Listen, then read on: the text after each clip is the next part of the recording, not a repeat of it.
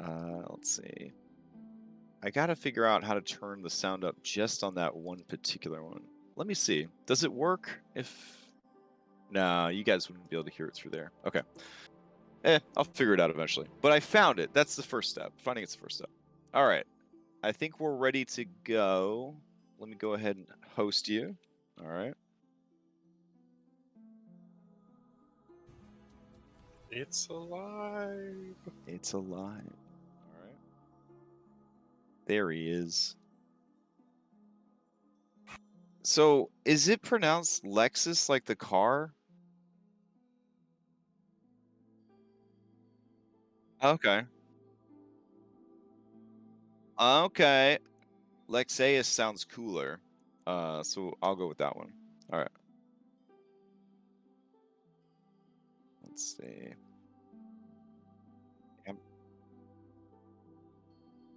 This is the name you gave yourself, right? Or did others give it to you? Okay. I guess that's technically a faxpiration, but I got it for free, like an evil fey creature. So there we go. Speaking of questions, we got to start things off with a faxpiration question. According to the magical D3, I'm supposed to ask you guys a hard question. Okay. Let's see. We're still gathering hard questions, but let's see. I feel like it's a little too early for that one. This one's perfect and also thematic to today's adventure. One of you will volunteer. Then, of the remaining characters, we will randomly determine 2. Your character can only save one of them. Who is it and why? Oh shit. Oh. Yeah. Yeah, the hardest questions, I feel like Orpheus and I are basically making some fucking Saw challenges slash family double dare for these hardest questions, but it's okay. Now, I don't remember Family Double Dare ever making you choose which family member to save and then killing the others. But you know what? The way things are going in this timeline, I could see a reboot. I could definitely see a Squid Games Family Double Dare reboot. Now that I've said it, I think Netflix has already finished the first episode. Okay, now, who would like to sum up the magical journey we took last week for a point of DM inspiration? Also, you guys got a cockspiration from a certain wayward guard. So let me put another... A what spiration? A cockspiration from Coxpane. It's a fanspiration. Yeah, I'll put it in the bot. Yeah. All right. Anybody want to sum up what happened last time for a point of DM inspiration? Might come in handy tonight. I do. All right, go for it. All right. Oh my God. Last week. Last week on Red Handed Doom, we opened to a tense situation. In hopes of tricking Warkelnaw's Furbolg bandits, we headed north with a wagon laden with barrels of Gosler's ale that had been tampered with rum gremlin bladders.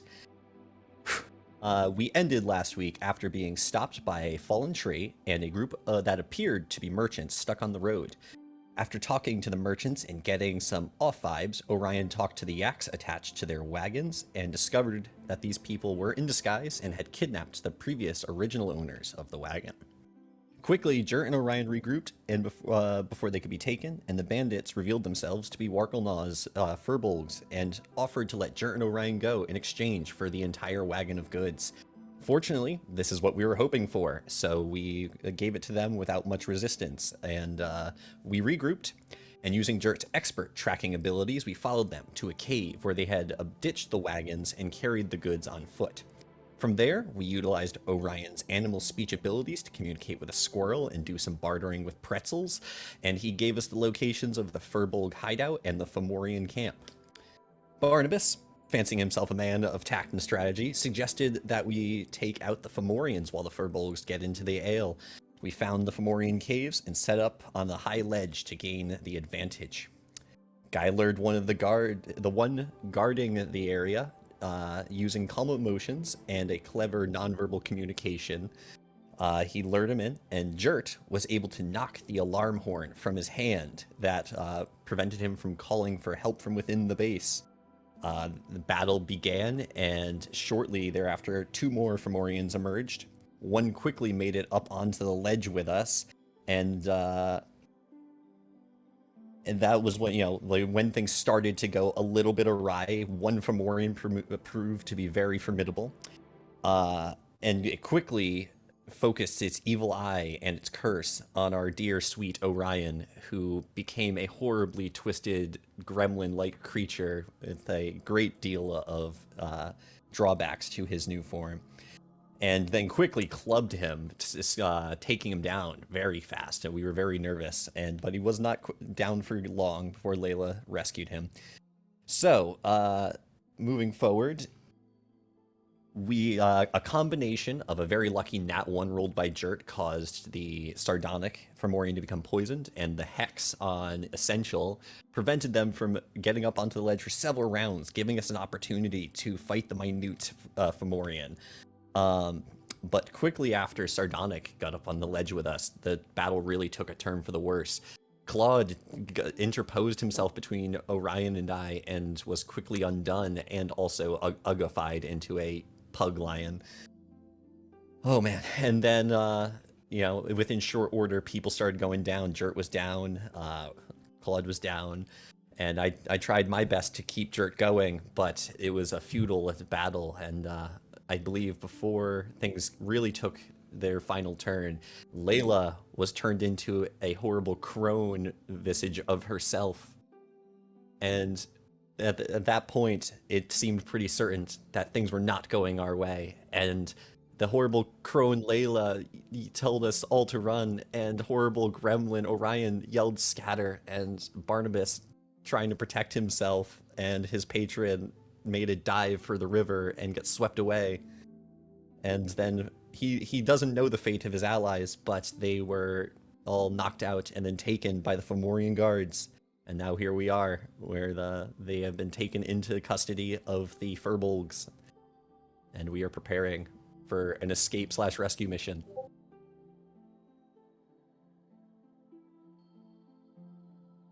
And that is my recap. Excellent. Well done. That was really well done. Go ahead and take your point of DM inspiration. Thank you. Oh, yeah. I'm gonna need it.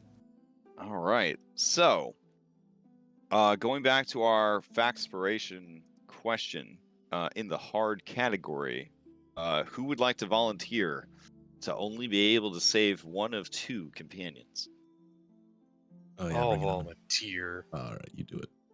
Oh, okay. Layla?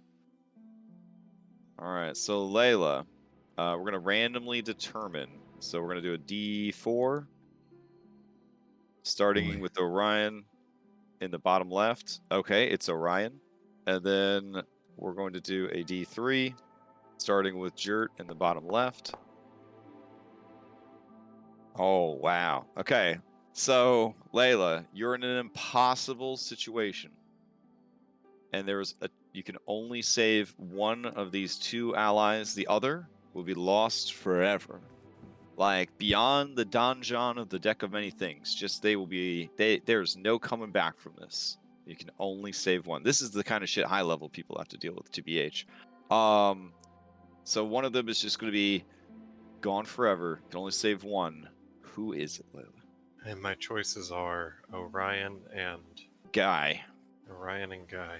Yep. Oof. Well, I mean, I think I'm sorry, but I think we save Orion. And why? What is your reasoning? Well, I mean, it comes down to a few simple tacks. Number 1, he's our mascot. That's the funny reason. The real reasons is, I mean, A, I've known him a little bit longer, and B, if we were in a situation where we were having to escape from it, I think, unfortunately, Orion's skill set may get us both out of there alive rather than guys. Interesting. It's a All matter right. of self-survival in that case. So it's all pragmatism. Yeah, that's what I was about to say. Okay. All right. Go ahead and take your factspiration die for the session. Keeping in mind that all of our factspiration stuff is pure meta, poor guy has no idea that he would be he It's would been be it's left been for really dead. I'm gonna make a new character. just not reliable enough. Well, I'm just saying, Guy. I mean, when you're handing out shards of inspiration, I mean, Layla already has one, so that's right, yeah, that's right. yeah. Why would you need I to was gonna say, bother? you Yeah. overestimate me. Okay. Come on. Yeah, mechanically, I'm like, 5th edition. One has magic and one has a lion. I don't know. At very That least, lion's Orion makes a another great action economy, huh? It is a very robust action economy. Not as robust as the Valda Captain, but still pretty good. Still pretty good. Of all the funky classes I've seen played lately, I would say Beast Heart's probably the most interesting and balanced. It's not super balanced, but it's the most, interesting and balanced of all the ones I've seen. I do like the changes I've seen for A5E Ranger. And I've enjoyed the flavor of the different Valdez classes. But yeah, the Beast Heart definitely, I think, is better than anything from the Valdez book as far as as far as the skill that went into designing it. It's almost like Matt Koval and his friends have been playing D&D for like 700 years or something and have a instinct for it. I mean, from what we've Yeah, seen, right? though, Yeah, ultimately, it mostly just comes down to the fact that Layla thinks Orion could probably get her out of the death situation more times often than Guy could. Maybe Fair enough. maybe 6 times for Orion, 4 times for Guy, but unfortunately, numbers weighed. He's not a level 11 bard yet. that is true. Well, it's a hard question for a reason, and I appreciate your courage in answering it. So, Jeez. All Good right. to know we're all numbers to Layla now. Ranger number 4823. Honestly, it's a safer answer than being like, I'd save this one because I like them more. That's even in a meta environment, it's still much better to just say that you did it for statistical reasons. All right. I would have saved a horse named Donkey, but that wasn't an option. So, all right. I think we all would. How we're gonna do it this morning is you guys are in there, knocked out, all that kind of stuff. So we're gonna determine, since you were knocked out, they have no intention of giving you any healing or any of that. They use medicine skill to stabilize your wounds, but beyond that, it's nothing. Serendipitously, in the time it took for you guys to fail enough death saves to bleed out, you didn't, because plot. And also, one of the Fomorians went and got the bandits. The bandits came out. They patch you up. They put you in chains. All that kind of stuff. When you wake up, this is a standard operating procedure for bandits who live in a world with spellcasters. Trust me, the bandits that don't do this, they die early, and they die young, and they never reproduce to make more bandits. So this is the evolution of the 5th edition D&D bandit. Your hands are tied in such a way that your fingies cannot move, aka semantic components. You got the classic balled up thing in your mouth, and then the gag holding the gag. So double gag for the verbal components. You're blindfolded for the visual components. This is really when the still spell sorcerer comes into their own, I guess. And then, of course, you got the standard tied up stuff.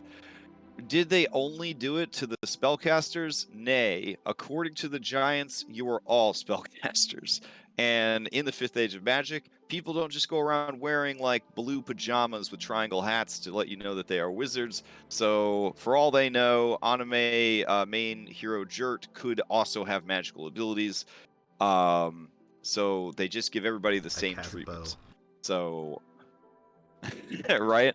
On a t-shirt, guys. I don't got a wizard robe. One of you has a different treatment, though.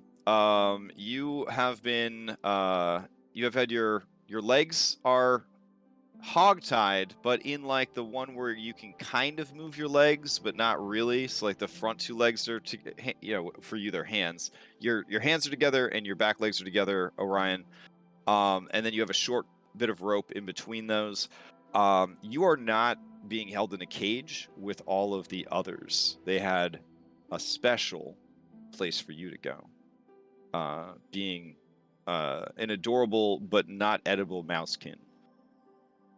So, each of you go ahead and give me a d4 that will represent how many hours it took for you to gain consciousness. This will come into play when Agent Benoit shows up to rescue everyone, or if that doesn't go well, to join everyone.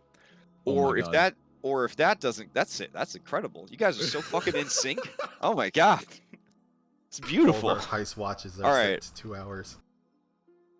Shit, because friendship is magic, and you guys are obviously such good friends that you're just completely in sync. When you do wake up in 2 hours, you will be able to spend a hit die if you have one available, and regain the benefits of that.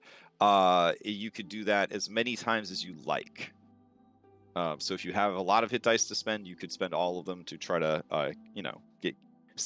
you power napped essentially. We'll say that you power napped. All right, so that's happening inside the hideout. Barnabas, let me get some forest music going. Also, I tried adjusting the volume specifically for this tab. Let me see if it's too loud. So I apologize. You might want to take your headsets off if you're afraid it's gonna be too loud. No. Okay, that's not too bad. It's still kind of low, honestly. Claude? Yeah. Well, yeah, let's see. All right, let's see if we turn it a little bit more. All right. Should I just apply the short rest now, or should I wait for a little bit? You can do it now or wait, whatever. If you don't want to worry about remembering. Okay. Magic. All right, cool. We got it. Yeah, all right. I guess that's what Claude would have sounded like with his new form instead of a lion. But as to the fate of Claude, we'll never know what happened. Or we hope that we don't know what happened. But don't worry, because Beastheart, you can just build him a new body out of like sticks and mud and vines and shit. So, yeah. All right. Okay, let me switch out the music here. And Weird question. sure. This isn't like a real short rest, right?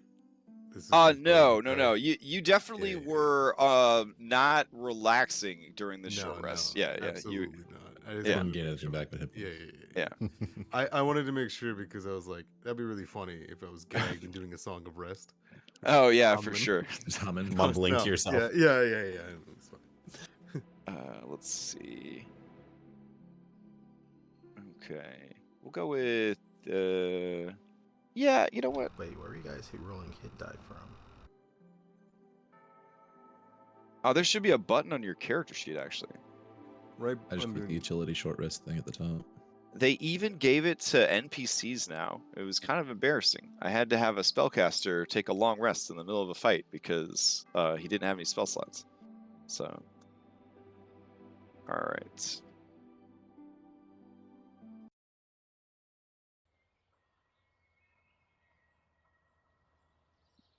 All right. Feel free to adjust volume as you see fit, I suppose. All right. I'm going to turn my music robot up a little bit personally. There we go. So, Barnabas, you're out in the woods. You fled from the location via stream. You wash up on the shores of the stream south of the thing. It would be hard to kind of pinpoint the exact location, but it's I don't know, somewhere in that like pink piece of taffy that I drew on the map. You're somewhere in there. This is a small stream that feeds into, you're pretty sure, the larger river. What do you do? Well, I imagine just for a little while, he might just lay on the bank of the river crying for his allies that he presumes are dead because he saw Claude get smooshed into lion paste. And the last thing he saw was his compatriots telling him to run, and then like as he turned to jump, he's like, "Are we running?" And they were all just like standing and fast, ready to fight. And damn, I'm alone now, but I will avenge them. So he's going to get up, try to light a cigarette. They're soaked. It's just like shaking hands and just like frustration. And then he finds a tree and he goes over the bark until he finds a good furrow and he jams his ring into it and he goes into his ring. And imagine when he gets in there, he's like met by his patron who tries to like verbally lash him for yet again making a terrible decision. But he just like ignores her and he like tears off his wet clothes, climbs into his luxuriant bed and tries to sleep. And Oh, we could actually go to the genie lab then. oh, Oh. well, this is top floor. We don't have my living room, but gives me an Yeah, idea. yeah. That's fine. So there we go. I might have it. I just didn't make a bunch of different ones. Let me see. That's fair.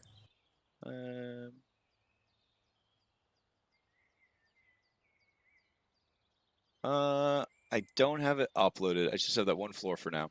That's fine. All right, but you're in your genie lab, and these guys are not here. These are the memories of your allies who are long gone.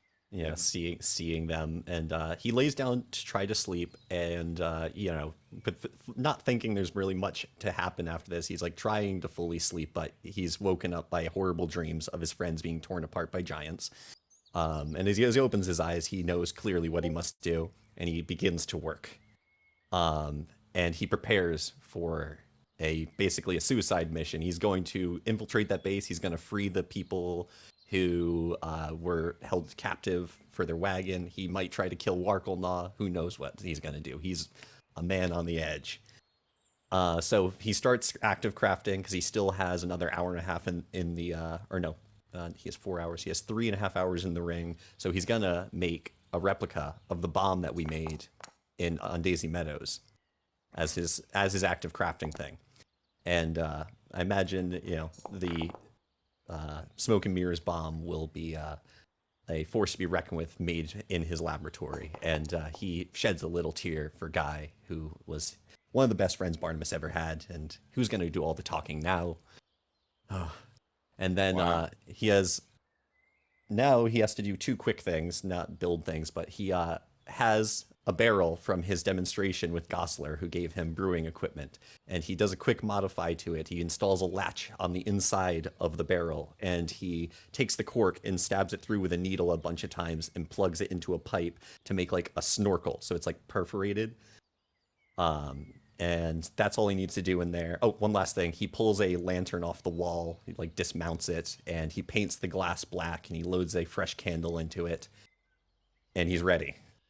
But before he leaves his ring, he does one last thing, which is he takes out the magical weed pipe, and he starts smoking it. Okay. So he leaves the ring, and he needs to get his bearings. And fortunately, while Jert and Orion were leading the group to the forts, Barnabas was using his cartographer's tools to mark the map and keep track of where we were going. And he finds his bearings and navigates to the Furbolg hideout. Okay. Now, is your plan to go back to the entrance that you had previously discovered, or try to find the front entrance? I don't think I'd want to go back to the Fomorians. I mean, first off, my disguise washed off in the river, so I'm not Uggo anymore, and that would be a problem. So I think I'm going to try to find the hideout. And I have a pretty good plan for how I'm going to get in. It's not guaranteed by any means, but we'll see if it works. Okay. So are you trying to backtrack all the way to the road, or what? Because currently you are in the forest without your druid, ranger, or beast heart. But could I potentially make like a cartographer's check with my map against nature to like try to get my bearings and maybe figure out where I am in relative? Because I look at the stream on the map. I kind of gauge how far it took me. I try to find where I came from. I triangulate and then like kind of make my way off. Would you like a check for that? I think that could work. Go ahead and give me an investigation. Oh yeah. That will represent your proficiency with those tools Heck. and applying your brain power to it. All right, you are very confident that you could sort of pinpoint um, the rough approximation of the other entrance that was mentioned by the squirrel informant. Yeah. Oh, I forgot one last little thing was before I left my Mhm. ring, Barnabas changed his outfit for the first time, and he's wearing all black, which is his like funeral attire because he's mourning his friends. And Nice. that was the thing that the new skin I sent. Um, So swapping over. your patroness, just follows you around, very obviously being in your space, and it almost feels like she's sort of feeding off of your sadness and frustration. But also, she gives you approving nods as you build bombs and continue working and refuse to give up. But at no point does she verbally berate you or anything like that. It's more of a silent and ever-present judgment as she follows you around. And you know that she herself is very tired and weary from basically expending the energy that she had accumulated to make a ashy simulacrum for the scarecrows to savage and kind of pull you into the ring, saving your life essentially. Finally, towards the end, as you were getting dressed, she says, "So, your plan is to go on a rampage? You're just gonna I go am in going there? to avenge them or die trying. That would be very bad for me if you died trying. You don't have any way to confirm that they're alive, some sort of proof of life before you go throwing your life away, and then, I don't know, I end up stuck on the finger of some fearbolg? Well, you're welcome to get off this ride anytime you like, but I am not going to end up like Am bronze I? one How do star. I get off this ride? Yeah, I'll leave you. I will leave you wherever you'd like me to before I go Oh, in that base. If you'd wherever like I me, like. So you'll take me back to a proper city where I could find a real champion. No, you might be shot of luck. You might have to have someone just wander in and find you like I did. I am not being left here in the middle of a forest. Well, Ugh. then you ought to help me succeed because without you, I have less chances. And I don't expect that they're alive, but I know that their weapons are probably in there, and I did not make them just to lose them. And I will not allow those poor people who got had their wagon taken from them rot in that jail. I'm going to set this right, and then we're going to go back to town. We're going to find more people, and then we will fulfill your plan. Well, I'm not in the best situation as far as granting extra power, since I'm barely getting around my own ring. A ring, by the way, that I allowed you to move into and set up shop. But maybe we could help each other. And basically, mechanically, every time you expend a hit die in the, the Giphy Glyphs 4th edition Eldritch Pact style of, here's my life force, she will give you both of your Warlock spell slots back. Oh shit. I only have one. Oh, that's right, because you respect. Oh, man. All right. That's all right. What other Benny could she offer you then? I'd really 'Cause like she my really, Misty Step back. she really, really wants your she really wants those hit dice. Oh man. I'll give her 2 hit dice for a Misty Step. Ooh, all right. She will allow it. You can spend hit dice for spell slots, and for this particular instance, because she doesn't want to be left stranded in the middle of a forest or on the ring of a stinky fearbolg who love trees in the forest, which to a member of her species is absolutely disgusting. Can't be anything worse than trees, honestly, except people that love trees. So yeah. All right. She's willing to do that. She's willing to take your life force in exchange for magics that you shouldn't have access to. All right. Thank you. You guys shake on it. You feel the searing burn and blistering of your own skin as you touch her. And Thank then you, Mistress. she says, "No, Don't thank me yet. Thank me when we get back to town by, I don't know, setting something beautiful on fire for me. It will be done. All right. So you bamf back out of the ring in a Yep. puff of brimstone scented smoke. Yep. And Making my way. all right. Carefully, cautiously, and on guard, you make your way through this dangerous Fey forest.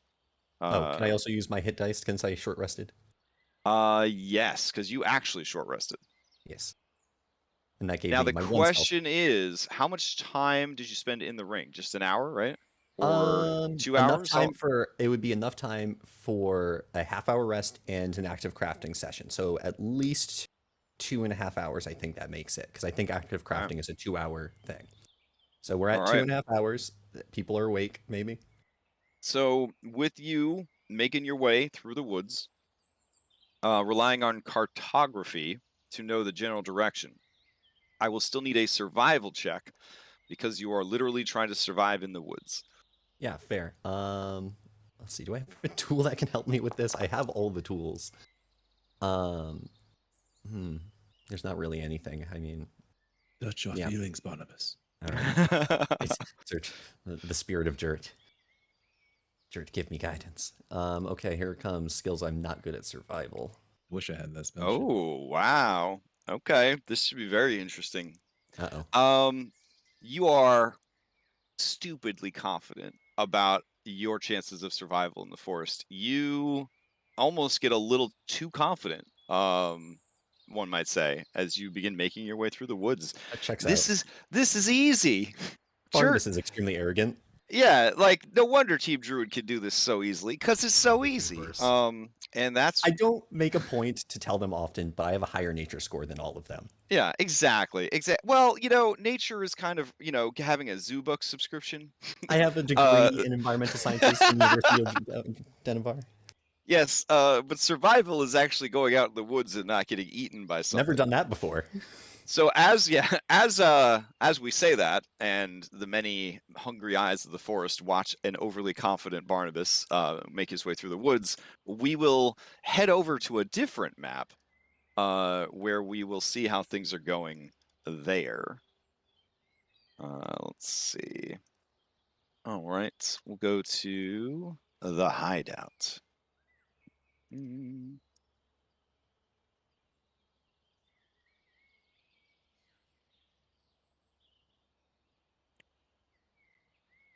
Okay, let's see.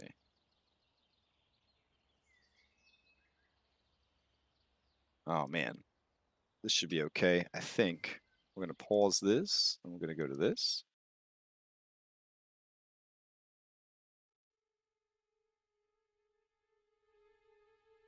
All right.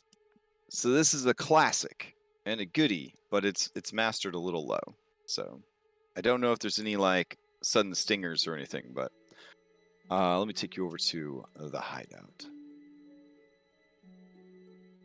All right.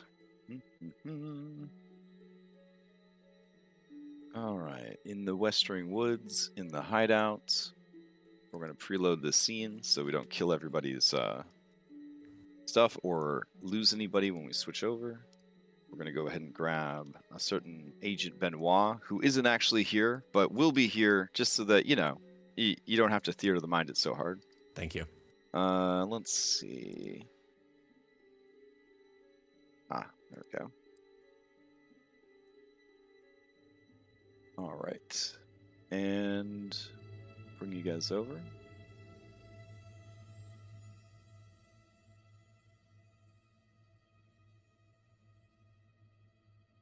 Okay.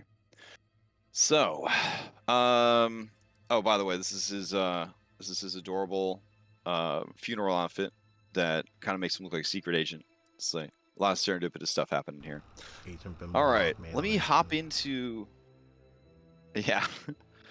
So first thing that you guys notice is all of you wake up at the exact same time. Like you had a slumber party, you all stayed up really late playing GoldenEye on the 64, and then somehow maybe someone's mom was vacuuming or whatever. You all wake up at the exact same time, and you just kind of look at each other. Sort of there's this drunken kind of hangover feeling from just nearly dying.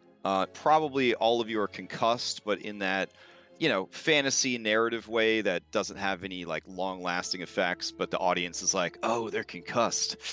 That's pretty serious, but not too serious." Yeah. Are our bodies still racked with deformation?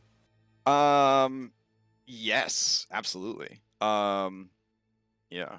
I don't I didn't have time to make you a hideous hag mini. Fine. I'm sorry. Did you want a hideous hag mini? You're fine. I just was making sure. Oh, okay. I could grab one from my Layla supply, just got but extra mold on her um nose. Uh-huh. That's the whole difference. yeah, your nose is turned like 45 degrees now to the left. That's all it took. So no, wait. You know what? Your nose is just gone. There we go. That's one of the most scary things that could happen to a person. Yeah, you Oh, just don't have no. a nose anymore. But you're also hunched over like a person trying to like impersonate a World of Warcraft gnoll and succeeding. Quick question. Yeah. Do we have equipment? Technically, you don't. That's a great question. Yeah. Yeah. Let me establish the scene. So first of all, you guys are blindfolded, so you can't actually see any of this. So this would be like a nice black screen, but like that's no fun. So you wake up in an area, and let me describe some of the things to you. One, Jert, you feel no one around you except for a hard stone floor and wet hay. Guy, you feel hard stone floor, wet hay, and a very misshapen humanoid form that is close to you. As you kind of begin to move, you realize that your legs are bound around the ankles, and there is some pressure from those ankles up to your hands, which are bound behind your back. So you got the classic like hands behind the back, ankles, rope connecting the two. As you go to stretch your fingies, you feel that they have been pinned by the rope tying. With skills, you could probably start to slowly work your fingies free. It is the number one sensation besides touch is going to be smell. So you smell the stink of like wet, rotting hay.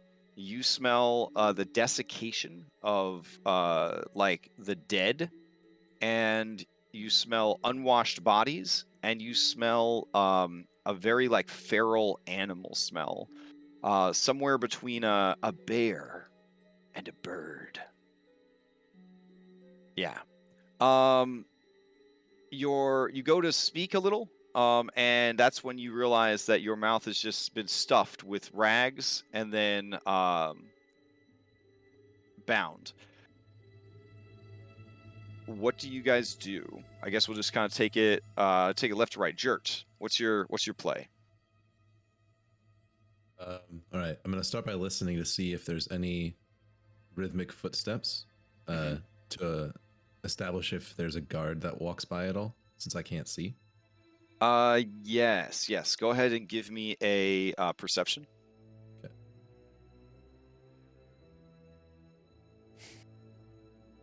Okay. Yes, you hear the sounds of what could only be described as an owl and a bear that got magically mashed together long ago.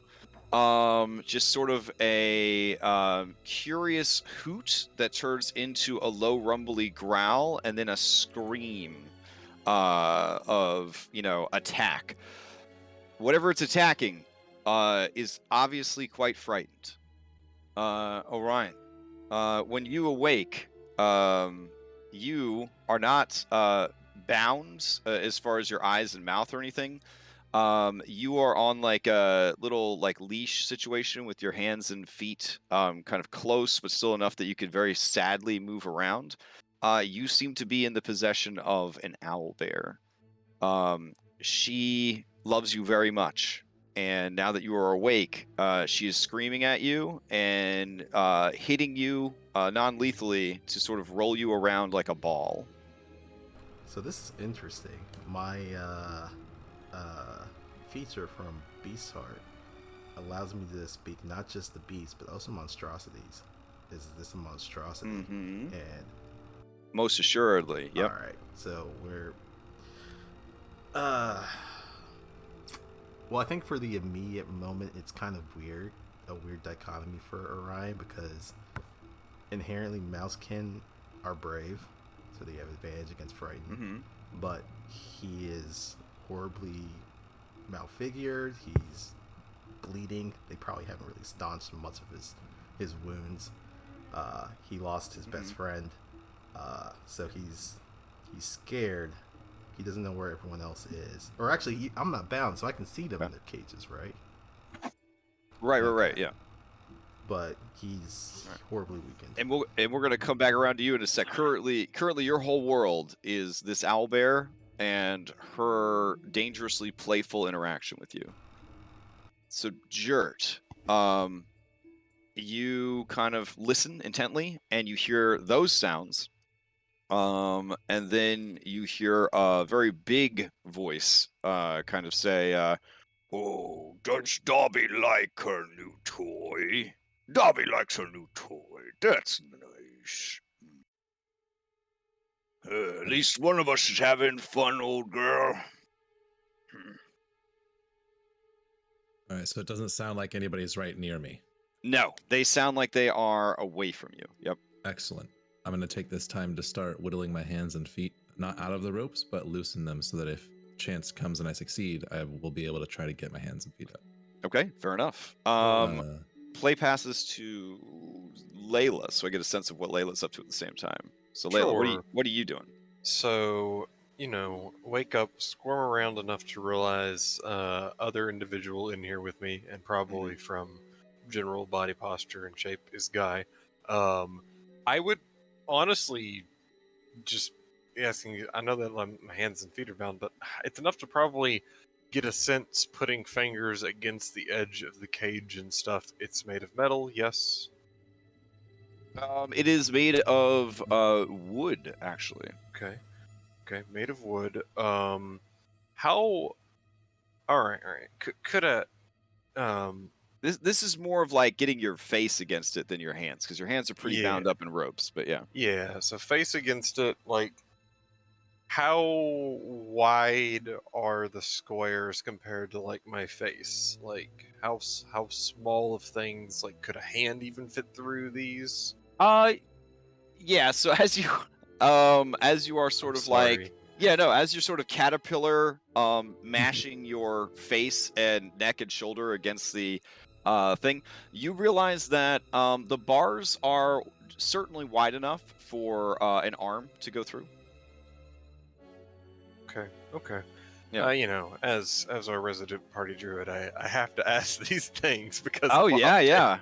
So I of course also have really good perception, so I can hear this individual as well. Mhm. Is there any sort of sense that I have of how close they are? I mean, Give me a perception check to get a general. Okay. Yeah. And Guy, you feel whoever's next to you is you're hoping it's Layla. They're just sort of like maybe having a seizure, maybe doing the worm. Yeah. So, I actually had asked if my equipment was there specifically for like the boots and the armor because he's shoulder checking whatever this mound is. Quite tough. Yeah. You feel as if you have been stripped down to your pantaloons.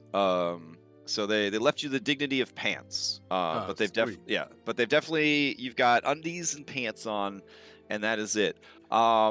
Because I ran Skull and Shackles for 2 years, I am obligated to say this. If your character maintains a prison pouch, they did not think to search your prison pouch. God no. But yeah. Guy does have he's happy he's done his shoulder workout this backwards out because whenever this monster is in here, it really getting the collarbone treatment. And it's like I don't even feel. I probably feel like lumpy and fucking extra bony. That's too. exactly it. Yeah, whatever's in here is gonna eat Guy. So Guy is just like shouldering it, and until he hears the unmistakable exasperated sigh that only Layla can make, even through a mouth gag. Even through a mouth gag. Yeah. Guy would stop. All right. So is that what you're using your waking up action for? Is Oh yeah. Oh yeah. okay, No, shoulder check. whatever. Fair enough. Fair Whatever the enough. fuck is this thing? All right. So Layla and Jurt, you both have a general sense that the noisemakers are 25 to 30 feet. We'll just say south of your current location. Okay. You know, Pretty defaulting close. to the VTT compass. You hear a voice, and the voice says, "You're awake," and it Jurt, it kind of sounds like the lady that kind of sounds like the lady, not a perfect match, but kind of sounds like the lady who bamboozled you on the road. And she says, the voice says, you're bound. Just sit still for now. They seem to be distracted. There's some hideous monster that they've given to the owl bear. Just stay calm if you want to live. All right, then play will pass to Orion. So Orion, it's just sort of like you've seen cats play with, with toys. It's just kind of doing that with you. It's pushing you away, and then crouching and shaking its butt like it's getting ready to pounce on you if you try to move. Orion's not moving at all. He's honestly just like in the fetal position. Now, is this a turn on natural and language, or is this always happening? I think this is always happening. I think Oh, that's okay, how we okay. established it, is that it just always happens. All right, so you hear the owl bear, and the owl bear says, "Go on, do something. Yes, do something. What a strange creature." And then she like whaps you again with her claw. And then in frustration, she screams. Everyone else hears a horrible, monstrous owly scream. Orion, you hear, "Is it broken?" And then she pulls you close again and kind of bites you, but not trying to cause damage, but just trying to get a reaction out of you. I think at this. Do you do anything, or do you just kind I of? don't think that Orion does anything. I think right now he's just. Okay. I think he's just in an emotional wreck right now. All right. She picks you up and shakes you in her mouth, but then spits you out and just starts to like claw at her own beak and says, "Ugh, so gross. Ugh, tastes like rotten bone marrow." Ugh. I think he'll just And she repeatedly just kind of say rather lowly, not even a reaction to that, but just leave me alone. Mhm. Just leave me alone. Just leave me alone. Oh, okay. She is surprised. As an owly creature, she has keen sight and smell, but not keen hearing. But she kind of like turns her head and says, "You can talk. What are you?"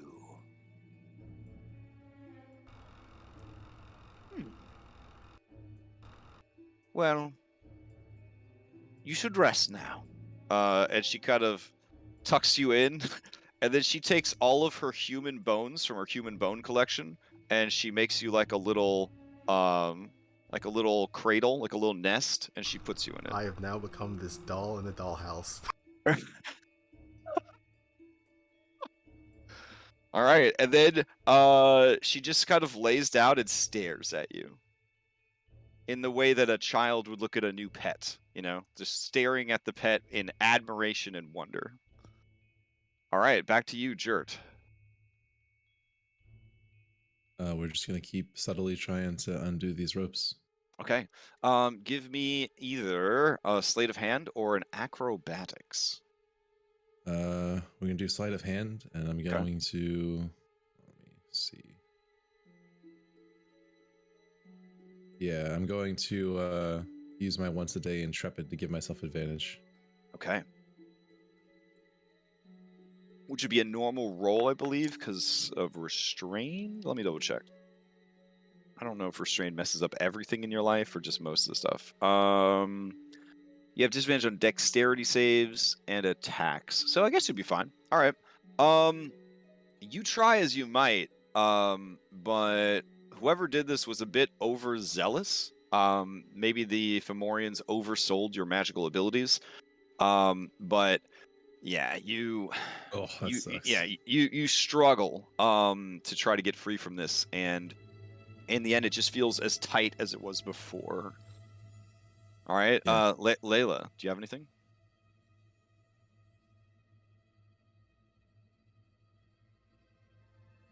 No.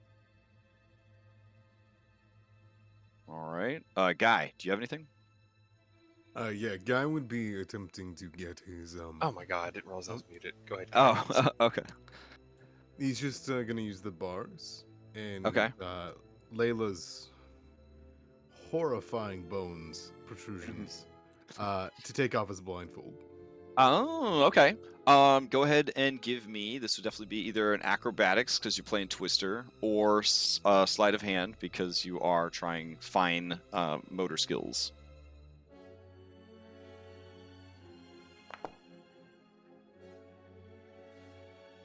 Okay, okay. You do manage to snag a bit of. God, that sounds terrible. Layla's shoulder blade. Deformed.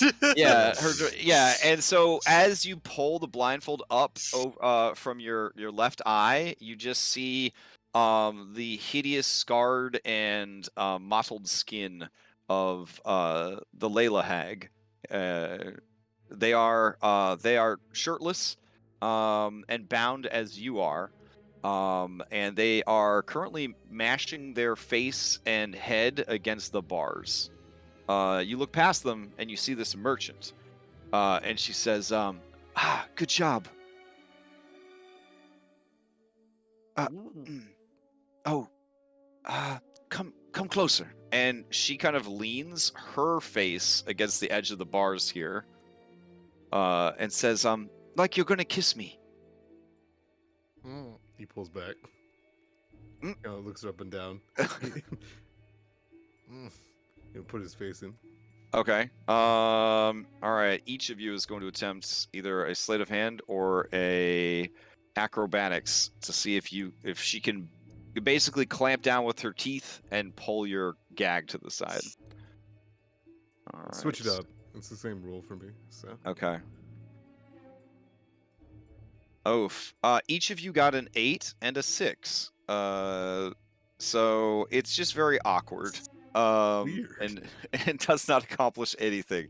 At one point, she got so desperate that her tongue was stuck out, and the tongue was kind of hitting you in the nose. But she did not manage to get a hold of the thing. She says, "I tried. Sorry."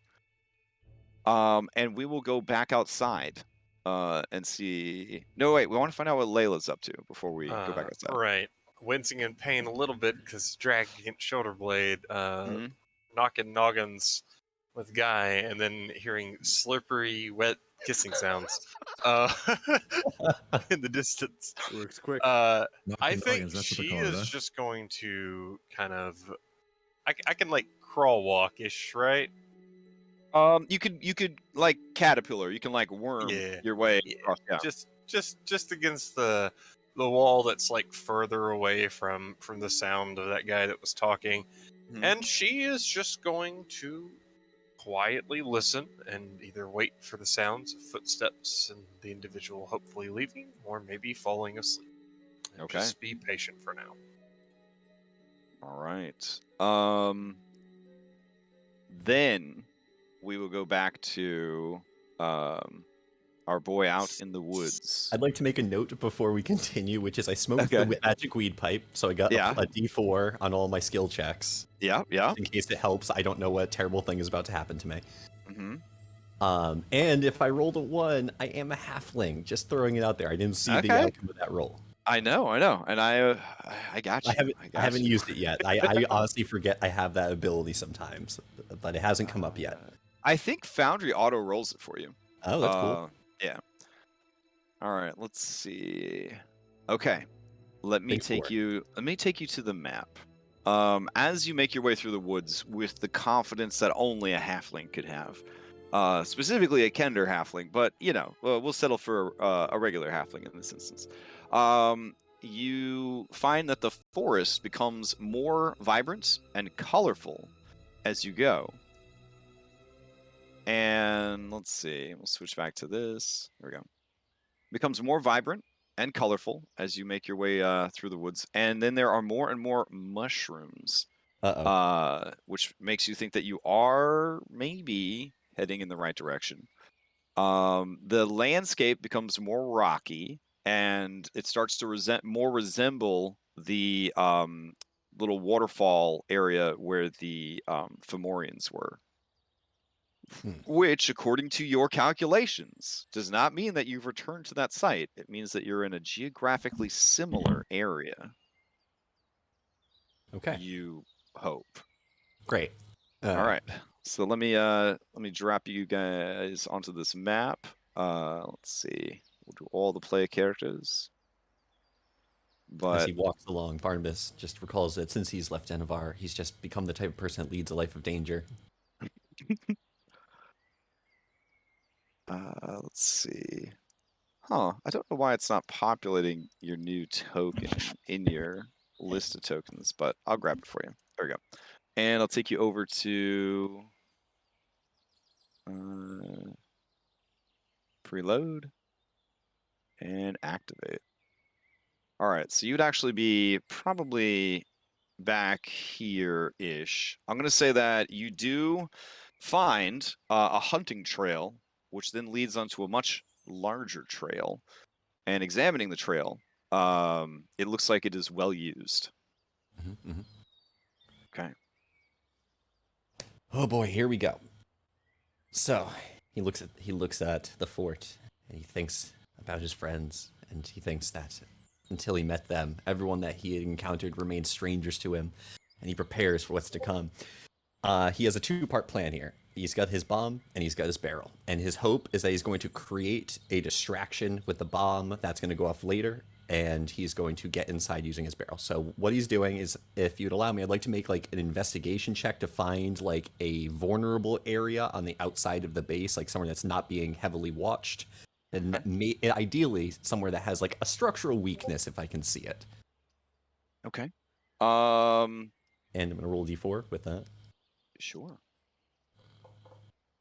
Nice. Okay. From your current vantage point and your current investigation check, it seems that there is only a cave. Fair. There are no watchtowers. There are no palisades. There's no like cool wood elf walkways in the trees. Yep. Yeah. Okay. I'm still going to try to do something with this. This area over here, selecting, you see my ping? Yeah, okay. So that's all thicket. That's like, and it goes up against like the rock. Or actually, no, I think I know what I want. I'm going to come up over here. I really just need the distraction, and I need it to not get found before I get started. So I'm going to come up here. I'm going to plant my bomb, and I'm going to take a very, very long fuse. As much as you would allow, in my head, it's like 250 feet, but, you know, off map, basically. Okay. So I lead the fuse back, and as I'm going, I am making magical tinkering items. So I'm whispering into stones, and I'm getting them to basically make the sound. I have like 10 words, and I don't need much because it's just yelling and words like charge and the Furbolgs don't own the roads, things like that. And I'm hanging them in trees as I go using my new climbing. I get up the tree, I tie it to a branch and on both ends, and I'm tying the fuse to one end, the end that has the rock. And the point is that as the fuse passes it, it's going to burn the line and it's going to swing because they need to be tapped in order to activate. Okay. So I follow you. They're going to swing around, they're going to hit the tree repeatedly, and that's going to make the sound. So as I go back, I do this, and then I have my lantern that I took, and I painted all the glass black on, and I drill a hole through the candle, and I fix the fuse through like the bottom of the candle. And I light it, I put the lantern down. And basically what that's done is create a timer. So the candle's going to have to burn down until it hits the fuse. The fuse will go and ignite the bomb. Make sense so far? Makes sense, yep. Okay, so I think I'm giving myself like a half hour to an hour. I don't know, but you know, it's hard to tell with how long a candle takes to burn and how quick the fuse will get there. But I'm gonna now I'm gonna haul ass, and I'm gonna come over to like right up here, sort of like, or maybe over here. Like I'm gonna try to put myself like, or actually I guess right here's where I'm gonna go because I don't want to be in sight of the cave opening, but I want to be like on the path. Okay. So I go over here and I use my ability Tool Belt to summon the modified barrel from my ring, which allows me to summon any any item less than 50 GP that's not like a weapon or a potion or a shield. Okay.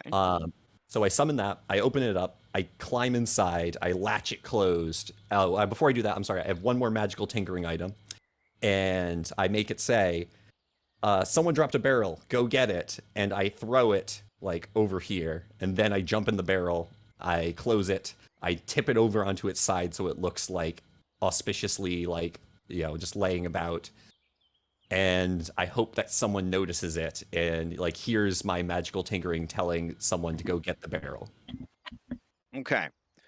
So you have lit a fuse that is going to slowly cause stones to swing down, hit trees, triggering pre-recorded shouts and messages. Yes.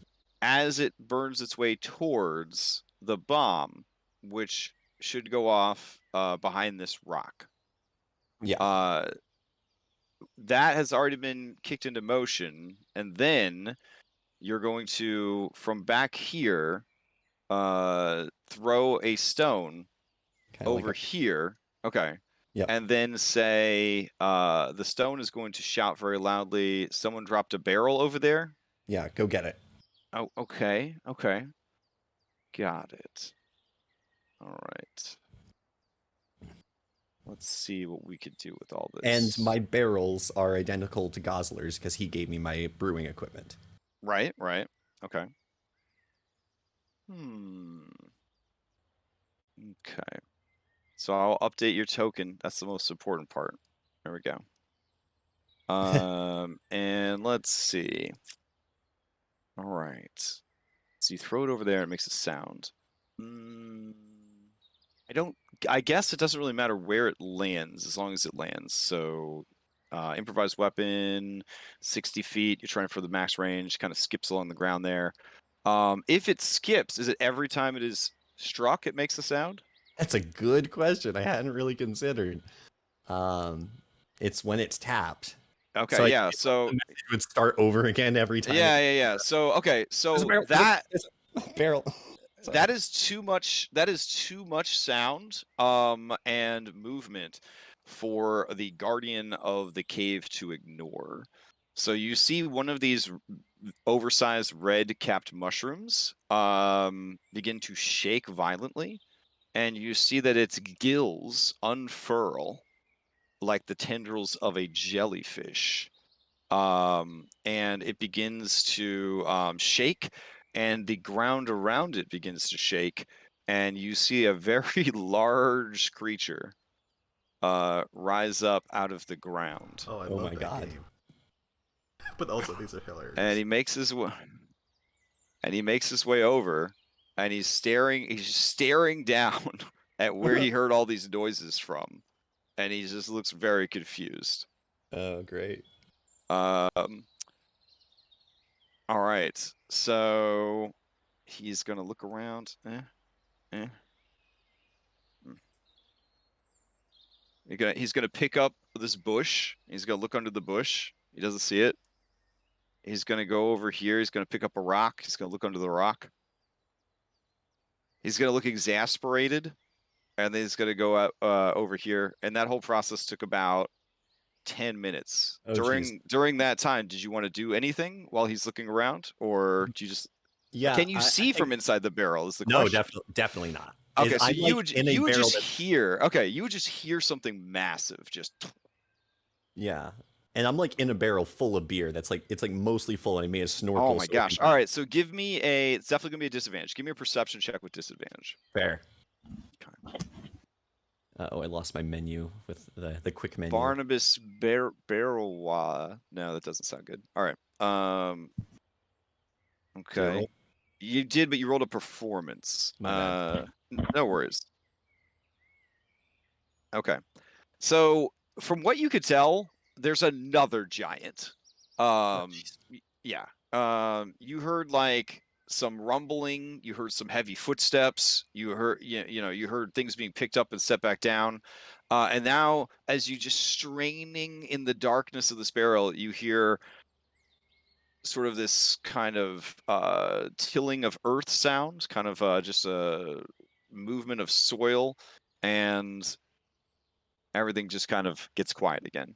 Yeah, I mean, if I had heard it moving around, sounding like it's searching, I might have like knocked on the barrel to try to get its attention. I don't know. Shit. Okay. Like, because it can't Um, see me, I'm just trying to make noise to get it over all to right. me. Because Yeah, it's give like, me a performance. Give me a performance. This will oh just be man, your ability to make some meaningful sound. this is a bet. I might use my. This could be No, strength performance too, because you're trying to hit the barrel as loud or as hard as you can to make sure that they that's can a hear a little sound bit coming from better. it. All right. Yeah, go for it. How do I get strength? There I see. Strength, performance. Come on, guy Okay. taught you how to knock. You got Yeah. Right now, you are the one who knocks. You hear it. You hear it approaching. Oh jeez. Oh no. Okay. Okay. When do you stop knocking as you Like hear when this I creature? as I hear it moving Okay. towards me, like well Okay. before it comes past the rock. You feel the barrel being picked up. I pee a little. Okay. All right. now. All with right, the my wrong beer. hand. Okay. And then it just sort of tosses you Oh jeez. in the entrance of the cave, and like a fucking Donkey Kong barrel, you just start rolling and bouncing. Go ahead and give me a Constitution save, or you Okay. barf into your pee beer. Yes. All right. Yeah, this sounds like Okay. Archer. That's what I was. That's the tone I was going for. Oh, Oh my very god! I rolled my nice. first one. And then And it it worked. saved you. See? Yeah. All right. So you hear a well, you hear up ahead as you are bouncing and rolling down the hallway, angry shouts like some kind of barroom fight. And that is where we will switch over to the other group. Yes. All I right. made it. So Infiltration let's successful. see. I keep meaning to add this to the navigation so I can get to it easier. There we go. All right. So everybody back to the hideout. And I guess I'll turn on this tavern brawl ambience in the background, though you guys wouldn't hear it just yet. You're still in like, locked up kind of thing. All right. So back inside, we rejoin Jerk Bandon. Well tied up.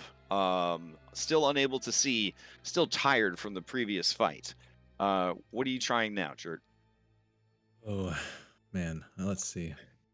I'm alone, and I can't undo these things. I'm looking through my character sheet, but I don't think I can do anything but try again. Okay.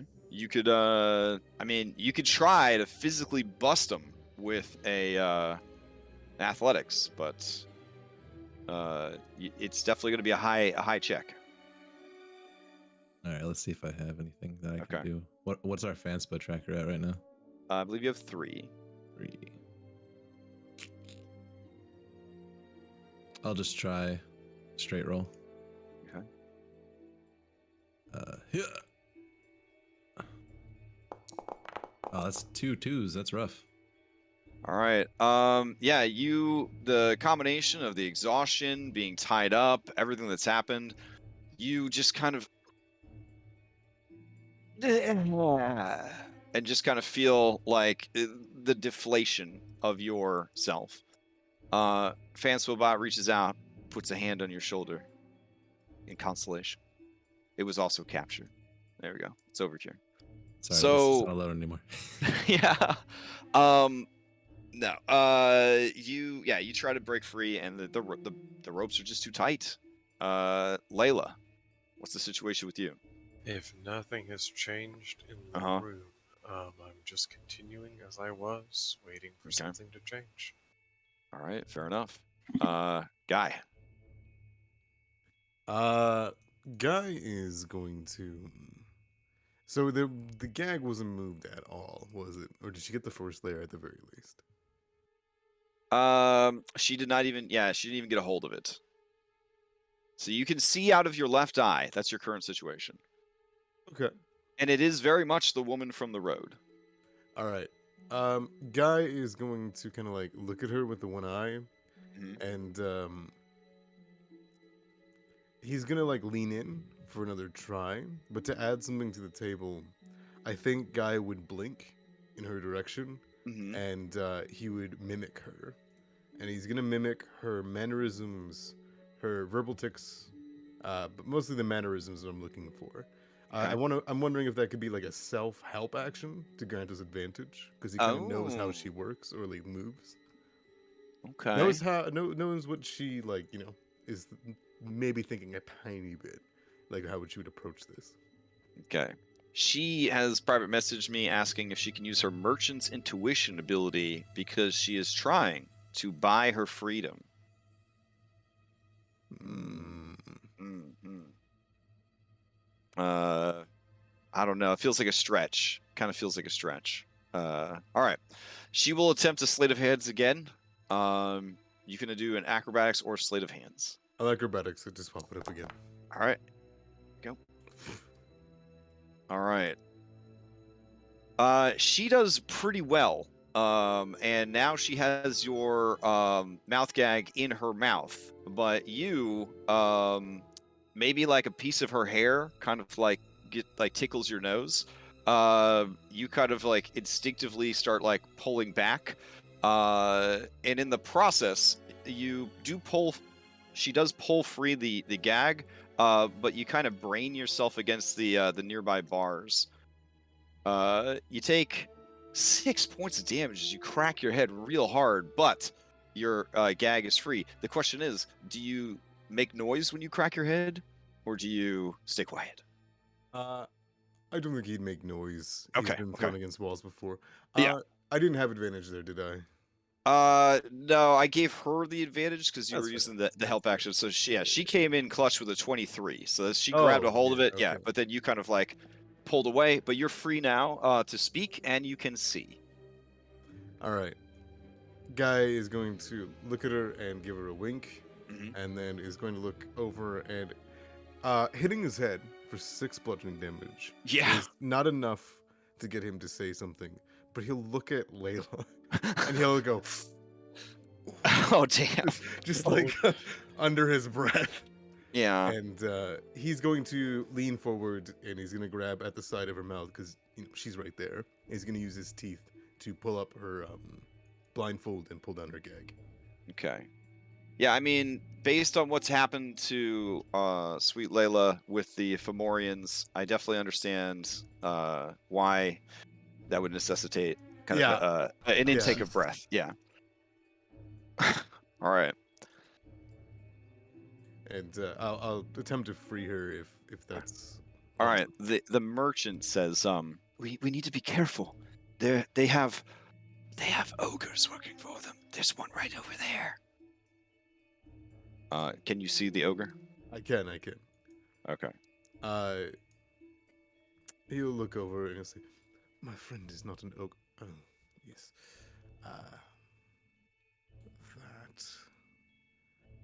Do I have any history on ogres? Yeah. Like Yeah. Give me a history check. Should be they're relatively common.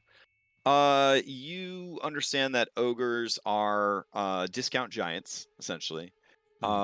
They are cruel, and most of them are bullies or outright like psychopaths. They are almost always not welcome in civilized lands. They are run out of town whenever they show up. Very, very like first Shrek movie. Like prejudice towards ogres. And for good reason. Ogres eat people.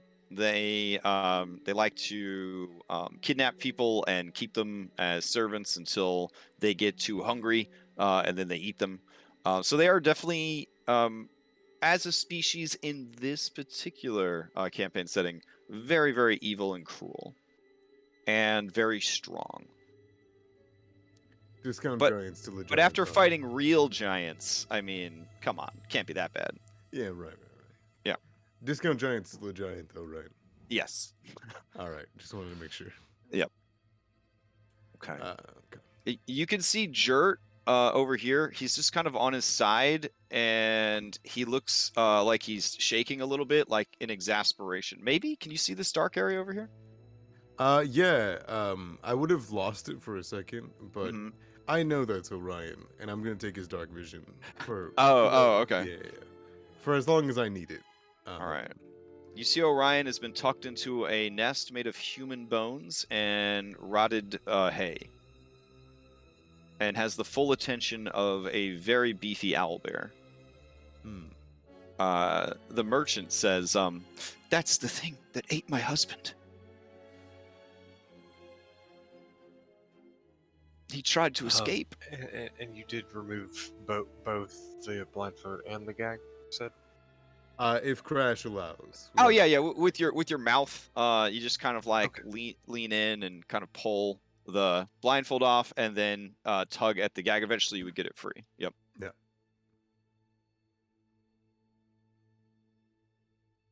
Well, Sorry. You guys were. Oh, it's What's all up? good. But now that you're ungagged, please jump in. Yeah. Guy would actually like elbow Layla the best that he can and say, Mhm. "Go on, druid it." Druid, what? As you say that, we will rejoin Agent Benoit as he barrels down the stairs. Hey! Anyways, okay. So you continue down the stairs. Let's see. We got a cameraman. Just getting thrown ass over tea kettle in this barrel. Oh, yes, but you made a very good save, so it should be fine. I think this is one that everyone can see out of. Can everyone see? Yay or nay? No? No. Okay. All right. Let me do a cameraman pork. All players. All right. And we'll change this to be everyone is, we'll just say an owner. There we go.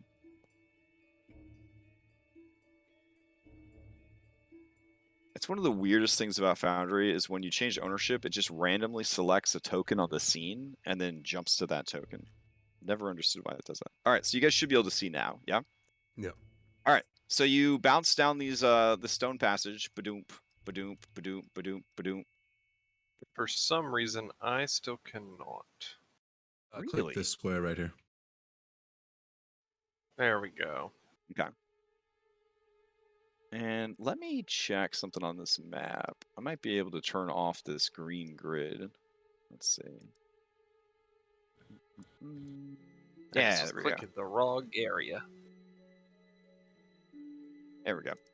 Okay, the barrel, let's check to see if it smashes. Barnabas, give me a D20. If it is 10 or less, the barrel will not smash. If it is 11 or higher, it will smash. If it is a natural 20, it will come to like a perfect stop and look super dope. Kind of like rotate back into a standing position. Yep. No chance my pipe applies to this roll? This is all luck. This is all barrel. just luck. Okay. Oh!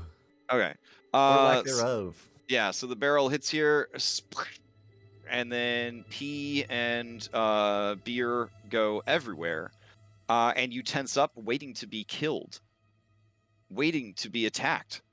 Yep, But there's no guards. Oh, thank God.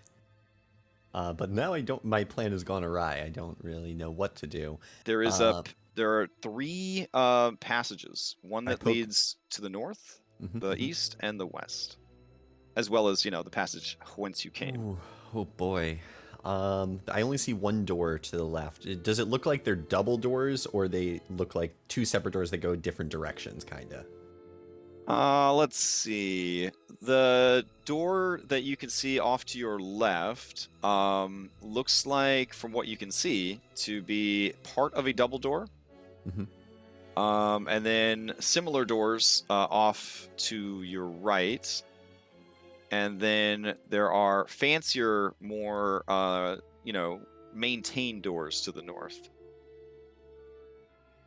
These are, of course, wooden doors built into a cave. So Yep. it's a combination of, like, the wood's going to be kind of swole.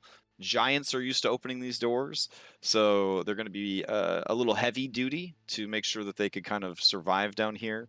But they're also just wooden frames kind of wedged into a stone passage. So a very strong person could intentionally just sort of shove the whole door frame down if they had to. That's not me, though. Yeah. Can I make an investigation check to kind of get a lay of the land, see if there's like signs that people were dragged through this area, or Yeah. Sure. Yeah, your first investigation, before you even roll, is that you've crashed into a busted-ass wagon. yeah? And I poke my head out of the now busted barrel. You look back up at the very steep passage you went down, and you almost replay in your minds these Fearbog bandits trying to get this fucking wagon down here, losing control of it, and it careening down the passage and crashing here. And then nobody has bothered to clean it up yet. Despite what the map shows, it has been, like, any useful goods have been removed. So it's really just broken wagon pieces. Yeah. But give me the actual investigation check. Okay. Investigation. And a D4. All right. You feel that, from what you could tell, this passageway over here, there's foot traffic that leads to and from that sconce. There's a lot of foot traffic that goes off to the left, and a little bit of foot traffic to the north. I'm gonna go left. Okay. And is the barrel completely shattered into a million pieces, or can I use it as a small link costume now? I mean, between the broken barrel and the stuff that's there, you could take some time to try to put something together. Yeah, can I but like in your mending a little mental bit? time clock, you've got a bomb that's about to go off outside in approximately 20 minutes or so. Sounds about right. Yeah, 25 minutes. Yeah. I would definitely like to use that time to put myself somewhere where I'm gonna go unnoticed. Okay. So like having that barrel disguise would be Yeah. good. Just so I can like tuck into a corner and let people run by me when the bomb goes off. So where would you like to drag your barrel costume building materials off to for now? I think I'm like working on it behind the cart, kind of like maybe in this corner right here. Okay. And I'm like kind of looking around both corners and trying to like block line of sight to the right side with the cart. And yeah, I'm maybe using the mending cantrip and some basic crafting abilities to kind of mend this barrel up to a point where I can make like the Wind Waker barrel disguise. All right, sounds good. So I will assume, based on your skills, that you are able to do it. We will roll for a check when it matters the most.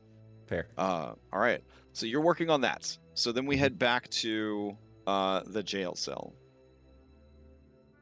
All right. Jert, back to you. Okay, so I've tried sleight of hand. I've tried athletics. Yeah. Now you do hear. I'm assuming. I'm assuming Layla and Guy, you're whispering to each other.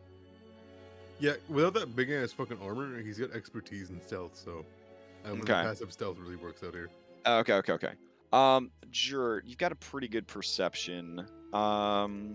Against Layla's passive stealth. You would hear, but you are exhausted, so you actually don't even hear your allies whispering to each other. All right. we're gonna try the desperation move here. We're Okay. gonna go up to the edge of the cage, Mhm. like right in the corner, and I'm just gonna start bumping around until I feel like a corner or an edge, Yeah. and then I'm gonna slowly start using that corner or edge to try to pull at the gag that's on my mouth. Oh, okay, okay. Give me another sleight of hand or acrobatics. All right, here we go. Yeah. All right. Even with disadvantage, you do manage to pull this one off. Fuck yeah. It finally gets snagged on an errant piece of wood, like a little splinter of wood, and it digs into the gag, and you pull, and finally, bleh, it comes out of your mouth. All right. He Was sits that you were trying? crisscross Wait, and were you doing the gag or the blindfold? the gag. Okay, yeah. Yeah, he sits crisscross and just tries to calm his breath, now able to breathe right. fully. And I guess that's all I have time for. My turn, right? Okay. Yeah, Layla and Yep. Guy, you watch as Jert does this. That's a pretty far play way. Actually, I'm gonna move over a scooch a bit. Move the bundle of bones beside him, and it's weird. It's weird to have to like move a whole section of someone's body. That's like, but he has to do it in this way, mounting it up, and he'll throw his voice over towards Jert, because he's pretty good at that. And he'll say, "Are you all free then? Can you hear me?" He nods slowly. All right, good. Hold still. We're figuring it out. All right, he's gonna point his hands and feet in the direction of that voice, and then wait. All right. Layla will look at Guy and say, I was going to wait for the god to leave, but I guess at this point, sit down. And I don't know if what she turns into will also be a twisted, amalgamized morph creature, but her splintering bones will shrink into a tiny cave badger. Oh This my is one of my gosh. chosen animals. Okay. All right. Which should be able to gnaw through at least his rope on his hands. Okay. Yeah. So your ropes disappear. Not disappear. Sorry. Your ropes. You seem to disappear inside your ropes, and they kind of collapse in on themselves because there's no body to tie up. And Guy, you see, a mostly okay badger. Kind of poke its head out and look at you, and it seems familiar to you in some way. All right. Let me see. I've got badgers. I got badgers for days. Yeah. Here we go. And I will begin chewing on two guys' ropes on his hands. Okay, fair enough. All right, now I need you to make a stealth check, Layla. Layla the badger. I'm giving you access to badger right now. Sure. There we go. And then Guy, I need a stealth or performance from you to see if you could. Yeah, see if you could modulate that voice as you aim it directly at Jert, but hopefully not at the two guards. All right, Badger, you are so. Oh, okay, you guys are fine. It's fucking ninjas up in here. All right. The Badger is slowly chewing at your hands, and then the merchant says, "A druid. How did they not notice?" It's the face. Oh. The badger bites your pinky. Oh, that's true. When I saw her, I thought perhaps they had captured a hag or something. But, all right. If you get free, can you free me? And she presses her back against the adjoining cage. Yes. Let the badger at you. Over here, Orion, are you still like in your sort of catatonic grief state as the the Mama Owlbear watches you with nothing but love and I admiration was in her eyes. wondering if you would allow me to make a wisdom saving throw at advantage to get out of frightened. Oh, you're fine. Yeah, sure. This is all you role playing choices. So if you feel like that is a good system, go for it.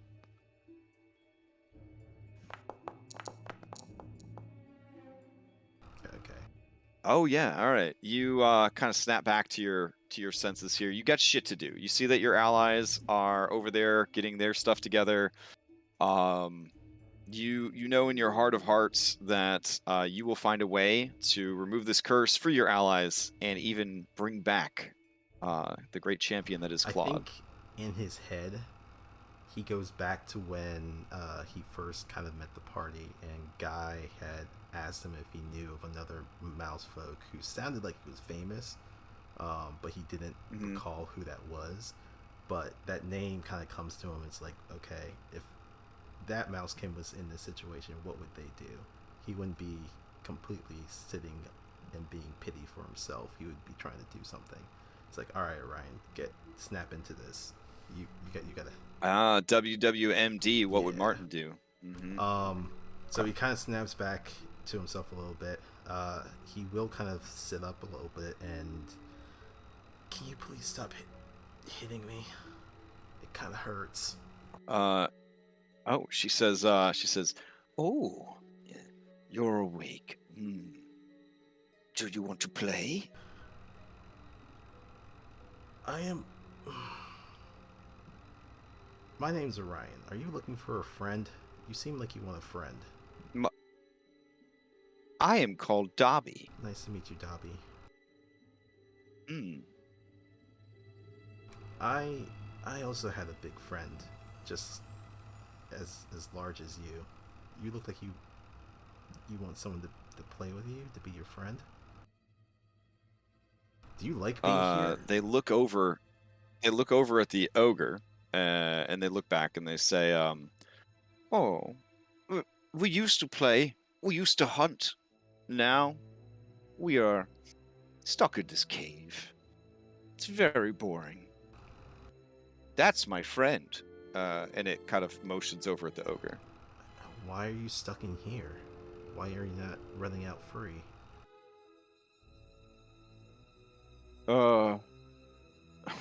Well, friend got job. That is, a thing where people tell you what to do. I help with job. We make sure none of these things escape. Sometimes I get to eat them. Do you like doing this? It seems a bit harsh. I like eating things. But I miss hunting things. I am also a hunter. Though maybe not so much in, he kind of looks at his like mangled arm and legs and stuff like that. Maybe not in this form. Though I don't like being in this place. It's not very nice. Maybe we can go out hunting at some point? Give me a persuasion check. I'll give you an animal handling check, because beast heart. Oh, there you go. Because beast heart. Oh, wow. She seems pretty into that idea. She says, can friend Werg come too? If he wants to help us get out of here, then sure. Okay. Werg looks over and says, very chatty. Your toy is awake. This toy has a name. Oh.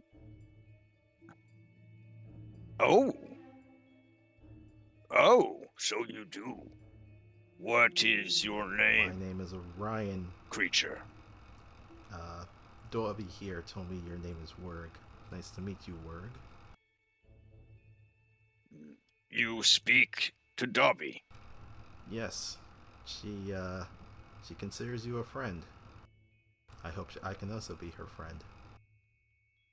when you say that, he has an undisguised moment of happiness. And he says, Werg does not need friends. Dobby helps Werg hunt. But Dobby says you guys haven't gone out hunting in quite some time. Why is that? No. Got good job working for Warkle now. Guard prisoners. But it must be boring being in here all this time, right?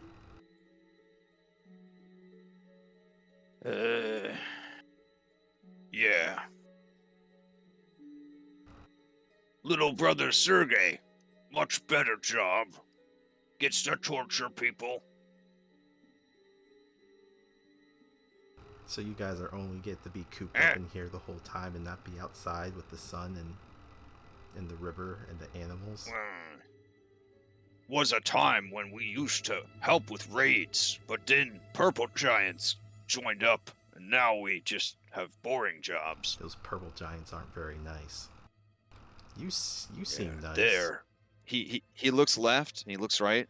Yeah, they're real assholes. And ugly. Orion will nod to that.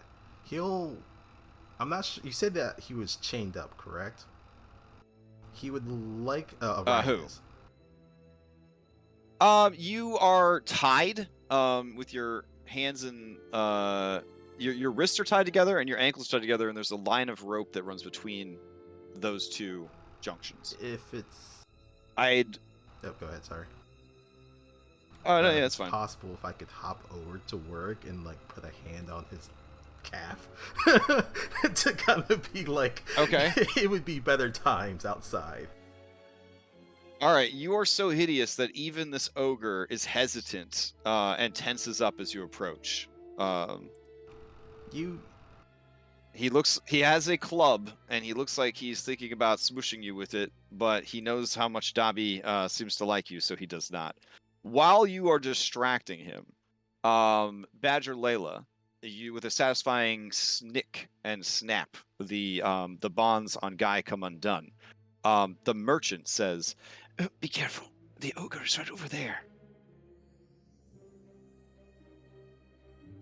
Badger Layla, with Guy's things free and his finger severely bitten, will push herself through this and bounce over into Jert's cage and begin doing the same to his arms. Okay. Watching you go, the merchant says, "I thought I was next. Here, get me." Guy is that going was the to- plan. Guy Guy's can going get to her. back to back and pretend as though he's still bound. And that they're Okay. just, like holding hands, you know what I mean? But he's actually undoing the binds. Oh, okay. Yeah. Okay. She says, I've seen you perform before. Big fan. I would have liked to have met you in a different situation, but... Please, you're gonna be in one of the songs. Am I? You get out of here, and even if you don't, as long as I get out of here, you'll be in one. Okay.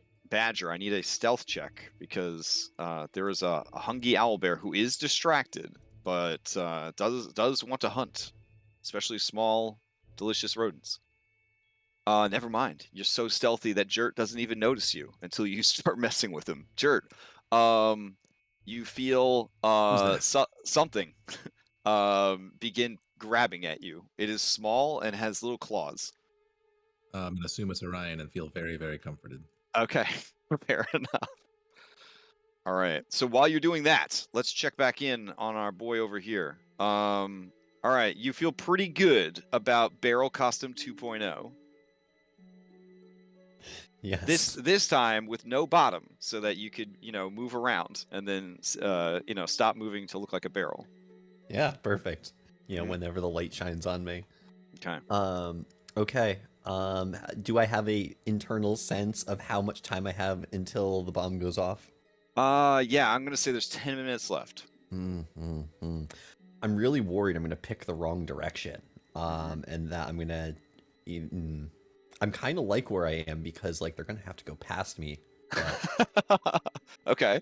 Like, I'm gonna see who comes out, and that could, like, tell me what I need to know about which direction to go. But Okay. oh man, this is a tough choice.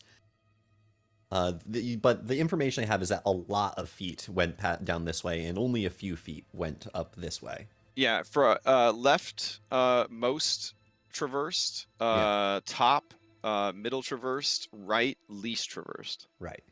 And I didn't see any like dragging tracks, like someone's feet dragging along the floor. It was just normal footsteps all the way. With your check and the fact that it's mostly just like hard stone, there wasn't enough evidence to kind of convey that. Okay. Okay. Well, the most traveled path is probably like the way into common area where they hang out, and the least traveled path, I really don't have speculation. I think I'm just gonna I can't really get, if I open a door, it's just going to alert someone, so I guess I'm just gonna stay where I am and wait for the bomb to go off. Okay, gonna double down. All right. Yeah. That's, Not an exciting plan, but no worries. All right, so we cut back to you guys in here. Orion. The ogre says, You're very interesting creature. As long as you don't try to escape, we will tolerate your ugly presence. I mean, I wasn't always this ugly. It's those stupid purple giants, those assholes, as you call them. Normally, I don't like stories, but I do like to talk shit about the purple giants. They're Continue. so mean, and they hit so hard for no damn reason. He's just gonna distract them. Yeah. Dobby, who normally only understands the intent of humanoids, not the actual language, can actually understand this story, and she is living for it. I will. All right. You know what? I will start regaling everything about the claws. Oh shit. Okay. All right. So that's happening over there. Give me a performance check. Fuck. Just a normal charisma performance, because you're just recalling and telling the story and trying to make it sound cool. Channel your guy. I'm trying to channel my inner guy. I have no pluses to this. Oh wow.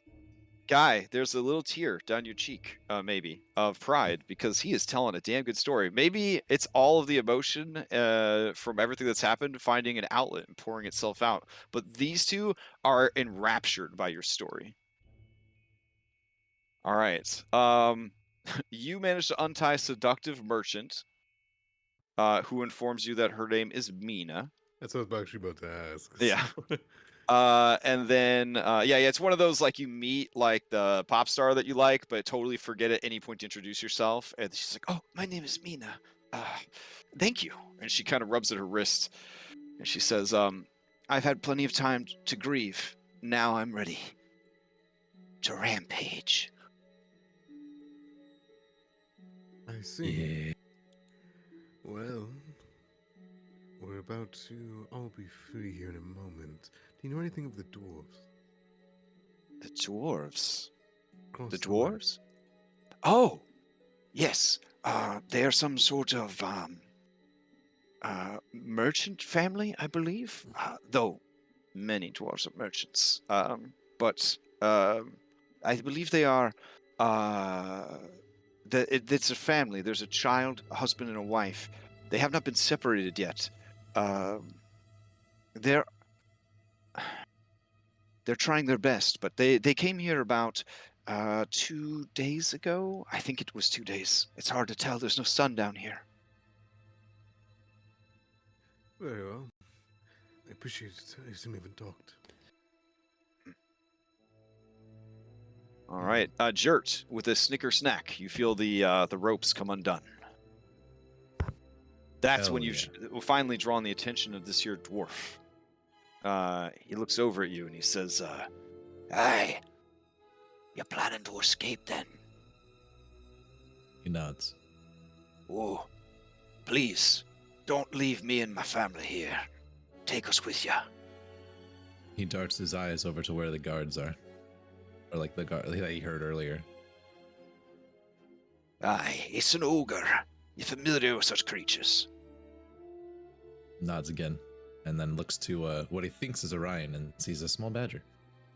The badger looks up to you, and in A5E says, "So you want me to go get your stuff?" Because A5E druids can talk in their animal forms. Yeah, Hell yeah. I respond in my. But I only A5E get like Ranger. 3/4 to choose from, Yeah, I was so. gonna say, I respond in A5E. Please do. All right. Guy Hey, is- just be ready in case things go wrong. Hmm. But I guess I'll try the long way around to maybe see if we can find our stuff Okay. stealthily as possible. All right. It's probably worth mentioning at this point, Orion, that this guy, as per the trope, he has a belt, and on that belt is, of course, a ring, and on that ring are, of course, keys.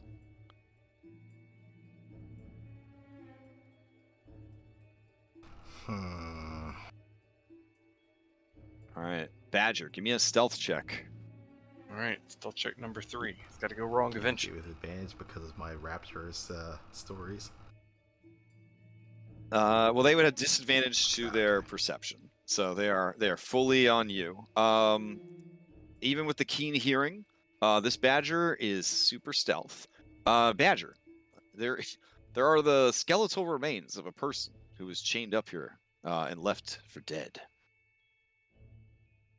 Oh man. Quick glance over them, just more or less raggedy bones, nothing super Well, what's interesting about these raggedy bones is they are also overgrown with fungi. Hmm. In fact, the rib cage is a veritable treasure trove of fungus.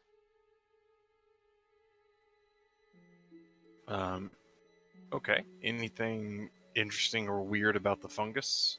That be nature? Yeah, you could do a nature check. I guess I'd use my stats for that. So, let's see. My nature.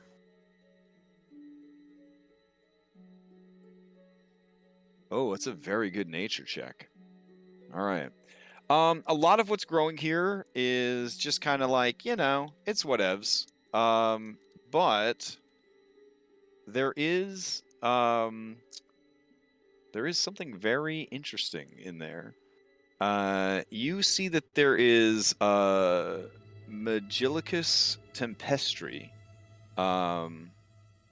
They are smaller than they're normally found, like growing in the Feywood, as it were, but or sorry, the Witchwood. But yeah, these are used by druids to help control the weather. Mm. Okay, I will keep that in mind. They have a small charge of electricity inside of them. And if you were to throw one, it would actually go off like a little lightning grenade. Since I am here, there's a cluster of them, right? Yes. Can I just swipe up a bunch and hold them to my chest and bring them back and just kind of roll them over to Jert's feet? Sure. Are you trained in like herbalism tools or any of that good stuff? Yeah, I am. Yes. Okay. Yeah, all I right. have herbalism kit. Go ahead and give me a herbalism check. This will be wisdom or dexterity as you try to harvest them without them responding violently. So I'll just do it as like a wisdom save to Okay. represent the proficiency. Okay. Oh, definitely gonna go violently.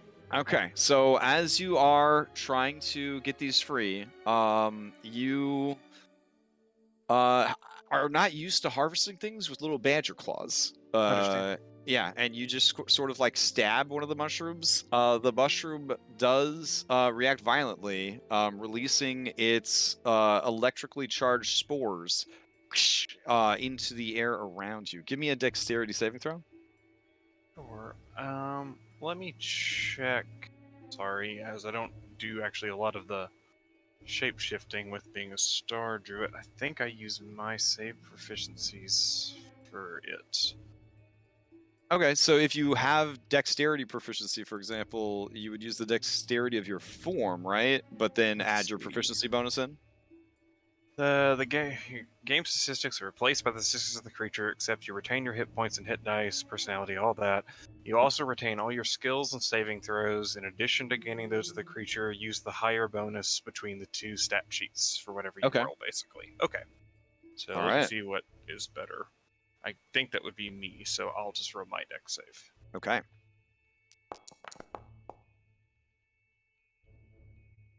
Okay.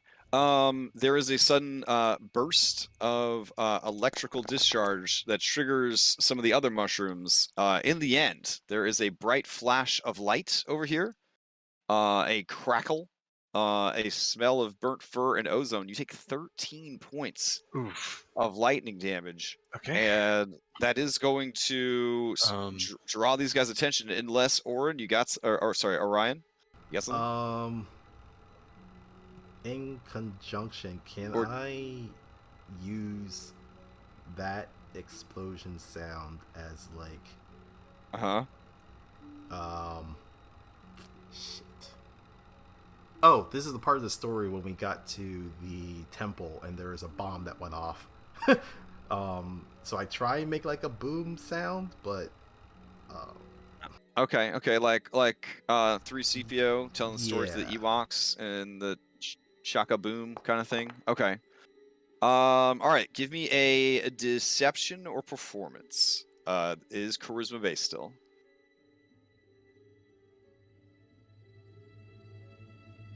I went with performance. All right. He turns around and says, Wait, you have magics? Well, Lonely Badger. I'm gonna need a new stealth check for you to duck into some hay or some shadows and get the hell out of there. Yeah, since I found out I can use my stuff, we'll use my stuff because it's better. Okay.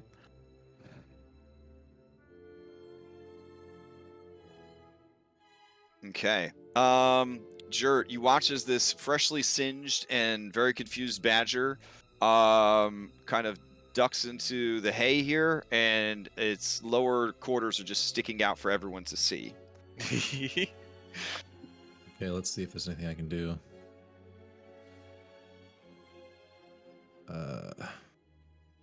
At this I'm just gonna point, go for this lock on this door. okay, yeah, at this point, the badger has made too much of a commotion, and all the storytelling of the world is not going to prevent them seeing some movement over here in the shadows. So what we will do until this is sorted out completely is I'll throw everybody into initiative real quick. There we go. I'm thinking either I pretend to keep the ropes on and put the gag back in my mouth, or I go for the door.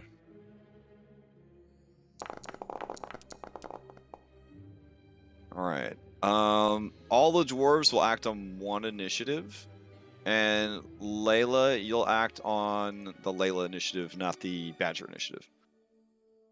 All right, so everybody can go ahead and roll in.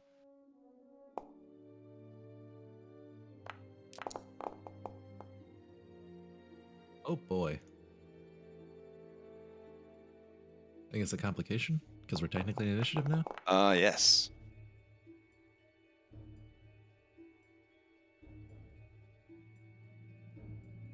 All right, let's see what we got here.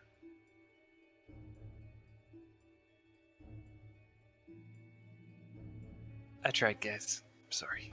It's okay. Rolls happen. I mean, those could have been very useful if you had harvested them. Yeah. I am quite yeah. honestly, it's gone as well as it has so far. Soon, right. none of it will matter. Okay. Looks like Layla won the initiative, but there was a spicy complication to start things off. Let's see what happens. Oh, cool. When rolls Not are good. was or just gain a misfortune token. All right.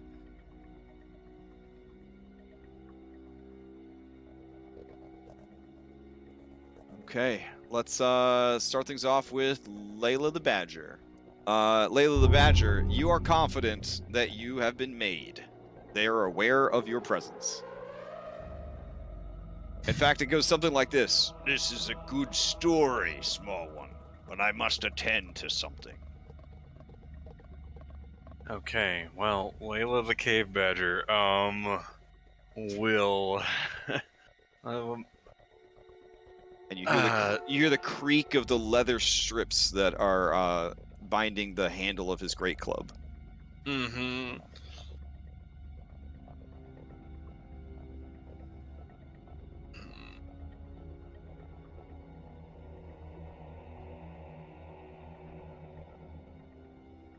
He knows that I'm there, basically.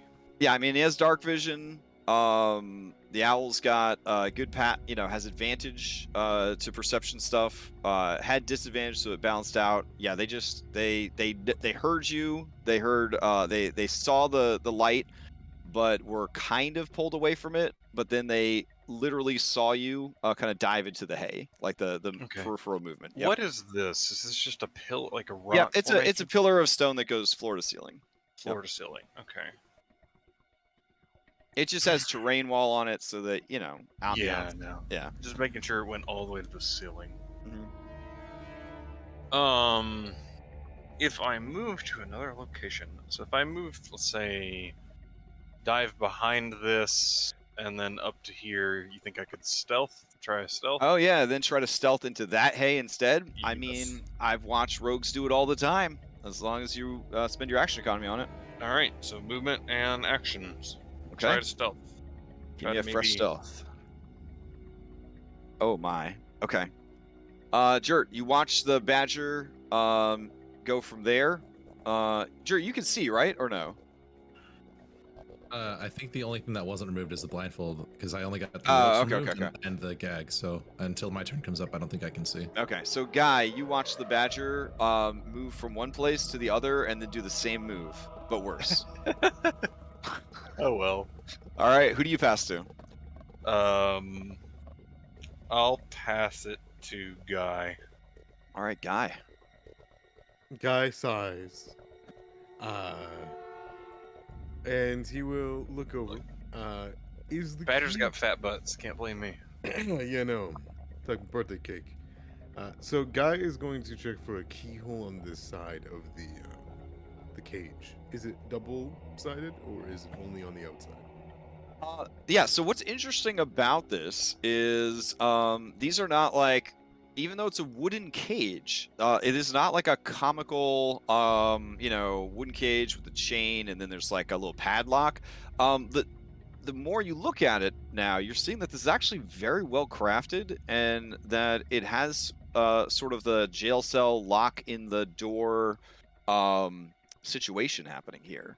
And you do notice that despite the cage being made of wood, the lock where it kind of connects to the frame and then the hinges and stuff, they are metal and it is fine craftsmanship. But yeah, the keyhole, is basically on their side, the one that would open the door. Okay, it's not on Yep. our side either in case somebody got Yep. trapped in here. No, because you could just reach around and then, unlock it because Yeah, of there's holes in the door and stuff. Yeah. All right. Guy is gonna reach in just very quickly, and he's gonna feel inside the keyhole. Is Uh-huh. it a standard lock? It is. It could be picked like a normal lock. Yeah. Is it standard enough that he can get his pinky in there and feel around? Ooh, like an old timey big one. Maybe. Yeah. Yeah. I mean, it's up to you how dainty your pinky is. He wants to look at I mean, it just got bit. Yeah. But it's lubricated. But he is gonna look over towards the hip of the ogre and feel around and see which ring it is, or whichever key it is, and he will create the ring using his creation. Or Ooh. he's gonna create the ring of keys Or if he can't make all of them, that's fine. He'll just make the Mhm. one. Okay. Yeah, I think that the identity of the keys is going to be unique to each key. As far as like feeling around to know from this distance where you would need to be, where Layla's mini is, and then also looking over at him. Oof. Go ahead and give me an investigation, and this will be sort of like, can you kind of mentally match up what you're feeling versus what you're seeing, sort of thing. Yeah. And Layla's Okay. not in here. That's the. I'm gonna make her invisible real quick. Okay. There we go. There you go. Okay. I have Showman, and this is one of the very few times I can use it.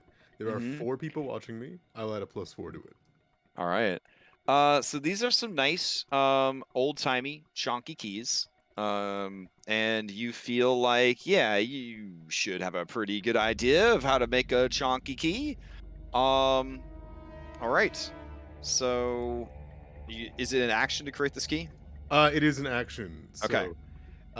he Alright. will reach onto. Or was that my action for this turn? To investigate. I would say that's part of the process. Is you're studying the key and then trying to make it at the same time. Awesome. I'm not sure if Jert would see this, but oh, everything all right? Yeah, everything's okay with me. Okay. Yeah. Guy's gonna reach onto it, and he's just gonna grip where his finger is as he pulls his hand out, and like it was not even like it was there the whole time. A key will just start to form in the darkness, kind of Ooh. at his beck and call. Okay. And he'll try to twist it, see if it unlocks. Okay. So you are confident that of the 4 keys that you saw, you copied one of them perfectly. So go ahead and give me a D4. And if it is a 3, it is the key to your. Of course, it's I got it. There you go. You hear a as it unlocks. All right. And we don't want to cause a disruption just yet, I don't think. Because we'd be in deep shit. So, Guy is going to kind of like lock it, put it back in, and pretend as though he is still bound. Okay, so you relock it. All right. Yeah. All right. Also worth mentioning, way down here to the south, Barnabas, as you are hiding in your barrel costume, breathing deep and waiting for something to happen, you feel time slow down. Your adrenaline starts to build a little bit. So if you want to keep waiting, if anything happens here, I'll let you know. Otherwise, if you want to roll into initiative, you certainly can. Guy, who do you pass to? I'm going to pass to Jert. All right, Jert. So I'm somehow dead. Yeah, I was gonna say. Oh, All that's right. weird. So I see I don't see anything. So first I add him to rack to pull the blindfold off. Okay. Take stock of my situation. Badger butt. There's a guy with an open door. And I hear this guy coming. You heard him say, "I have to check on something," Okay. and then you heard something skitter past you, Right, and now you see a badger butt sticking up out of some hay, right next to Okay. you. So I'm completely out of sight. I cannot see this person, so I'm going to take this opportunity to cast a spell on myself. Now that my Okay. hands and mouth are free. Oh no, because that'll probably be too loud. I can't quietly do that. Damn it. Let's see. I guess I'll just try the door. Okay. It is locked. Okay. Yeah, that sucks. Nothing I can do here. Do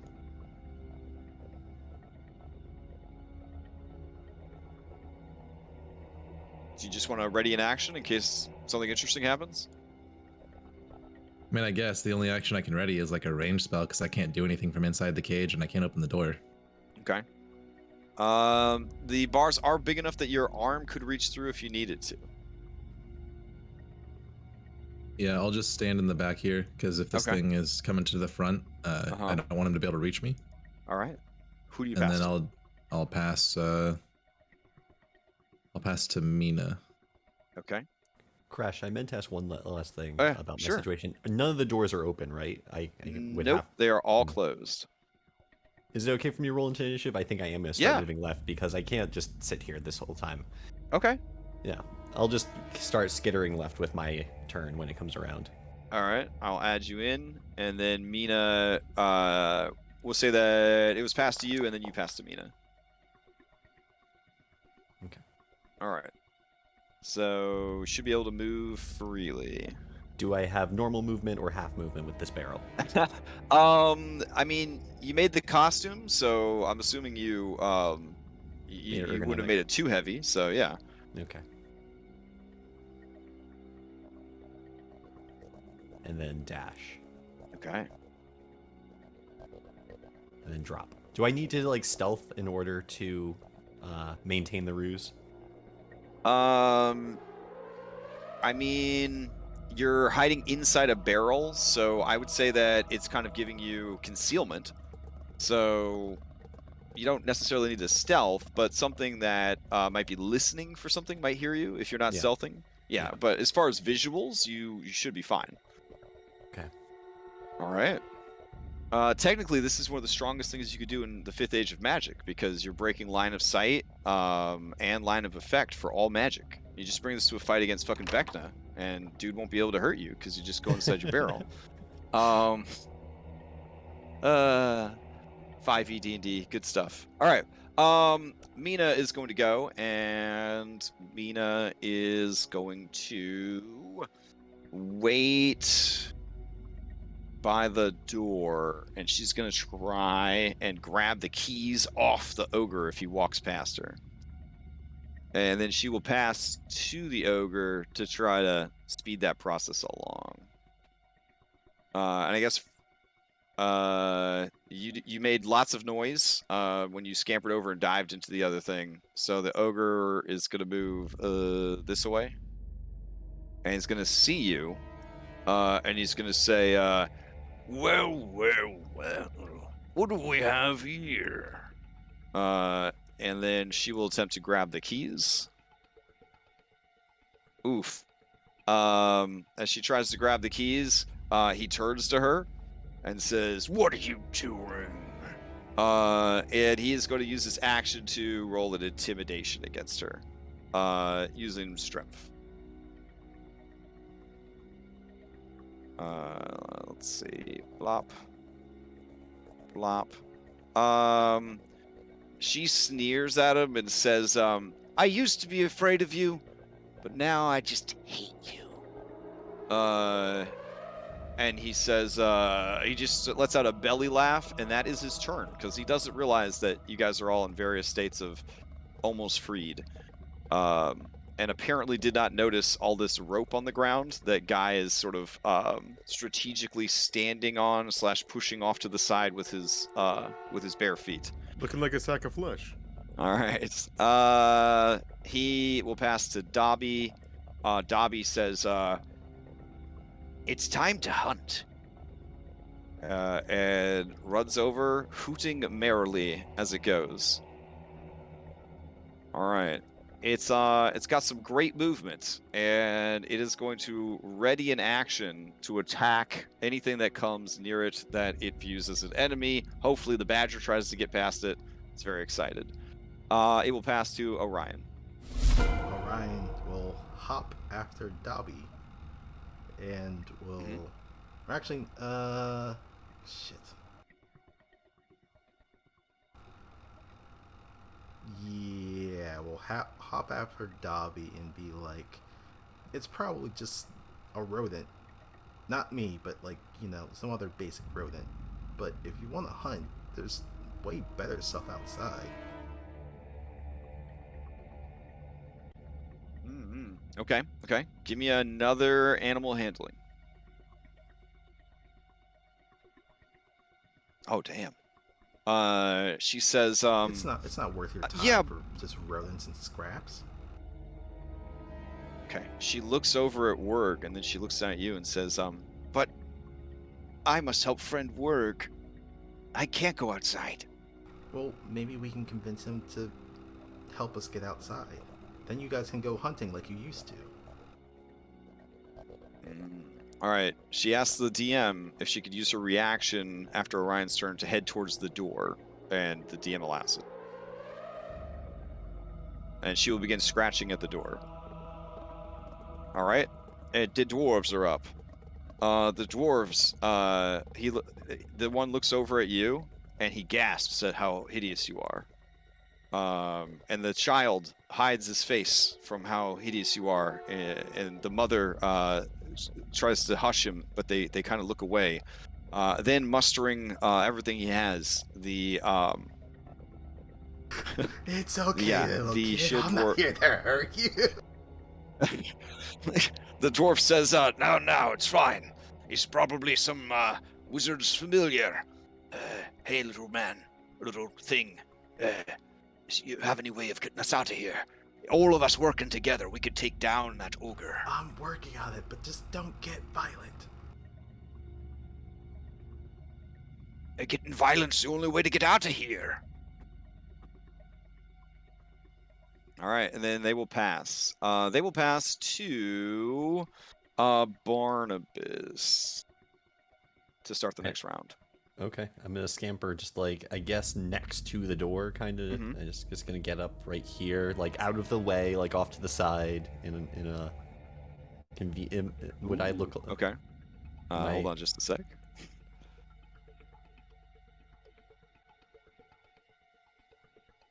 All right, and continue. And yeah, I'm just gonna tuck myself into the corner as best I can with my movement, and then I guess I'm gonna use like my action to stealth just to be safe. Okay. Well, this could actually go much worse if I roll badly, but.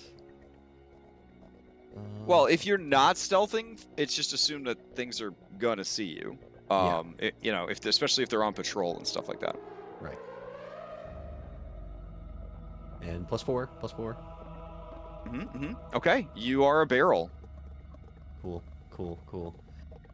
And I'm just gonna, since it's not full of beer, just kind of like get myself ready. I think I'm gonna like have my scroll of grease at hand just in case, and yeah, I'm just waiting. Do I have a mental clock on when that bomb's going off? I think we're about like. Let me roll a d6 and subtract it from 10. Okay, you still got about 8 minutes. That's a lot of time in turn initiative. Yeah. I mean, we could certainly speed it along if you feel like narratively that would be spicier. No. We're doing the thing. I'm just trying to think of how I'm going to advance. I might like throw a ball bearing at this door and duck back in. Is that okay with the action economy that I have? I mean, you could just knock on the door, essentially throw some ball bearings against the door as your item interaction. Like nothing meaningful. You're just kind of chucking them to get like a sound. Okay. Yeah. All right. And then ducking back into my barrel. Okay. From the other side of the door, you hear. Okay. And somebody is definitely kind of said, "Huh?" All right. Well, then I'm going to pass to Guy. Oh, okay. I thought you were going to pass to whoever said, "Huh?" But oh, I didn't even think about that. Can I? Yeah, if you want. Send. All right. Let's see. Barnabas has gone. Let's see. There we go. So this thing is going to go. The door opens, and you see that there's a Fyrbolg. And it kind of looks a little drunk. A little drunk and a little angry. And says some stuff in Giant.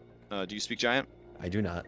Okay. It sounds like angry, deep-toned, like German-esque, just angry, shouting, and it looks at the barrel.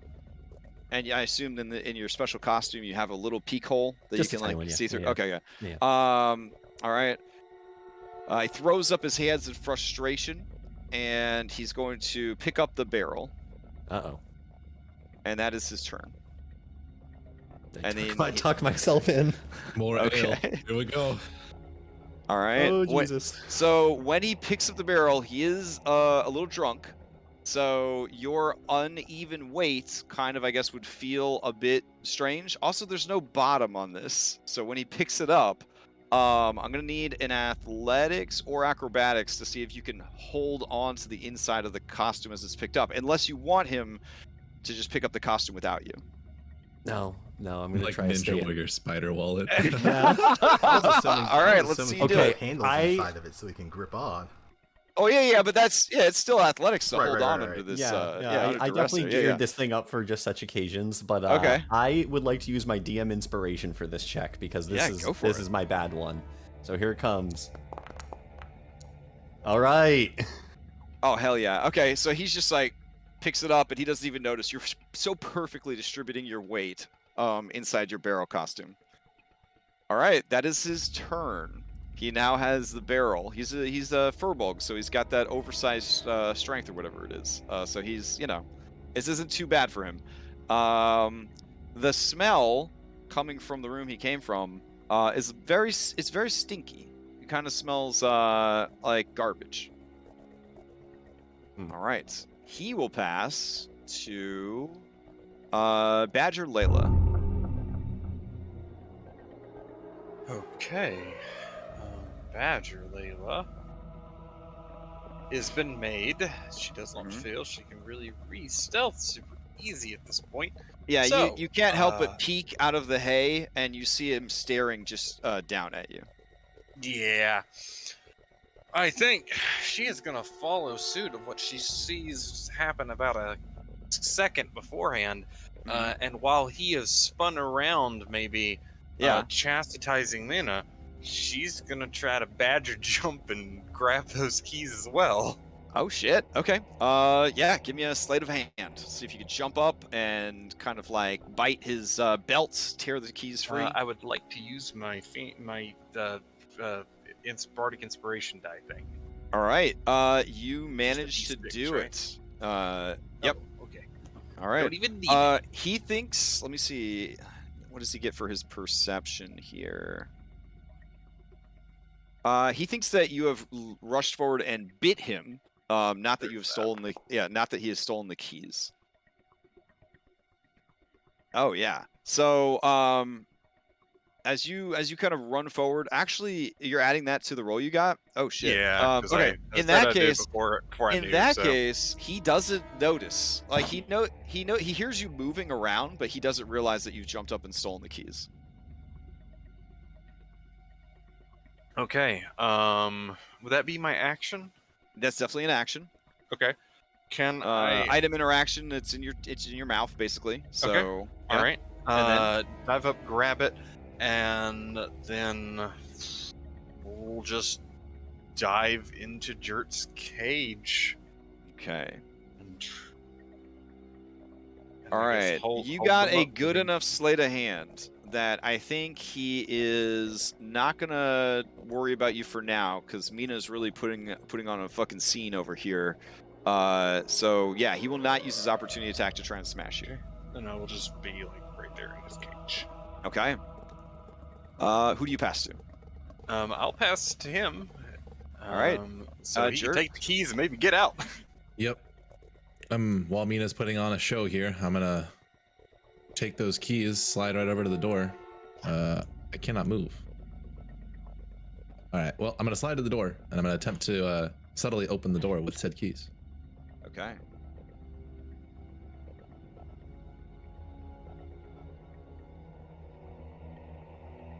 Oh, it's because I'm on the wrong tool. There we go. Bam.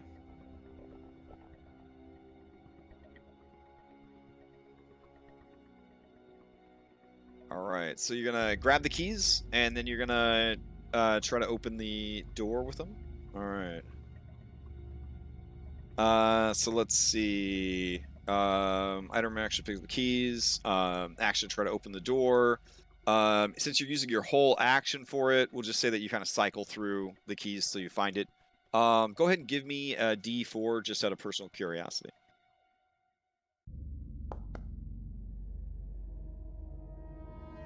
Okay, so it's not that one. You keep trying. Eventually, you would kind of get the key. get the door open.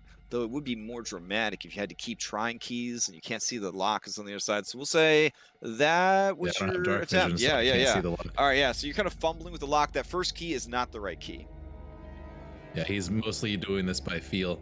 Okay. And now what his attempt is, since he can't see, is going to be to use his left forefinger to feel around the lock and then feel the tips of the keys. Okay, okay. And that's his turn. Give me an investigation real quick as part of trying to puzzle this out. All right, cool. Here we go. Yo! It's not a good roll for me. Okay, okay. You think that these are the right size keys for this lock? Cool. Yeah. I'm gonna keep going to the next one. All right, who do you pass to? Guy is out. I mean, his cage is open, so I think we're gonna pass to Guy. All right, Guy.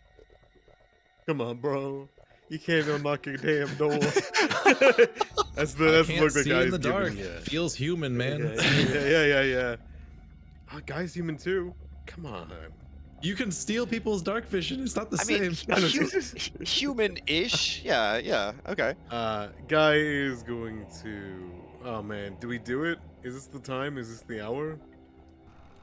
Jerk, I don't know. I can't open a fucking door, man.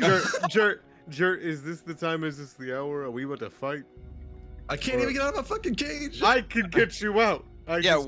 Work says, hey, wait a minute. Who unbound you? We're fine. We get up. He points down at the badger. It was you, wasn't it? And he raises his club. Guy will unlock his door. I'm in the cage with Dirk. Oh, right. Yeah. Don't hurt them. All right. So, Cage, protect me. so Guy, you're unlocking your door again? Yeah, just unlock Okay. it quick. Object interaction. Open it, walking out, slipping to the side here, closing it very, gentlemanly, and then just reaching over here, grabbing the ring, unlocking his door for him, leaning on the side of it. And he's gonna look up at this ogre leaning across. He's gonna swing his one leg over the other, look up at him and just say, what are the chances we can talk this out? It's a lot that happened in one action economy. Go ahead and give me a persuasion. But given the circumstances, the check will be high and it will be at a disadvantage. Showman, wow. I'll add an extra +4 to that. All right. He looks over and hears the sad, I would like to go outside scratches from Dobby. And he looks down at you. And he lets out a heavy sigh. The sigh of a guy who's not getting paid enough for this shit. Yeah. And he says,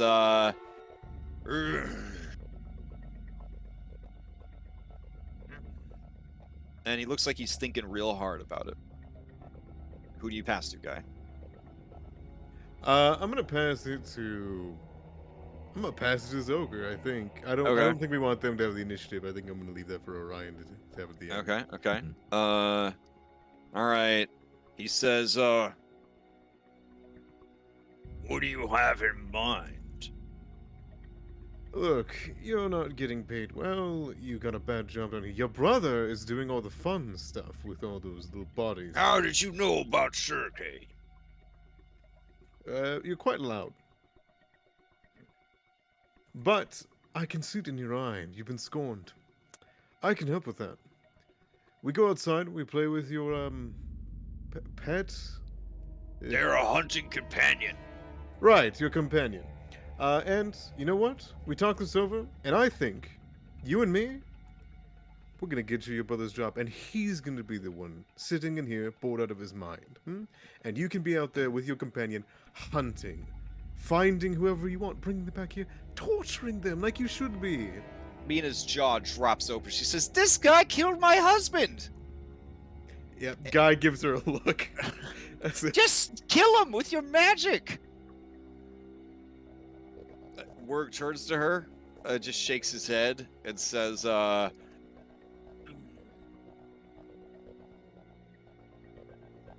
Get back in your cage and I'll think about it.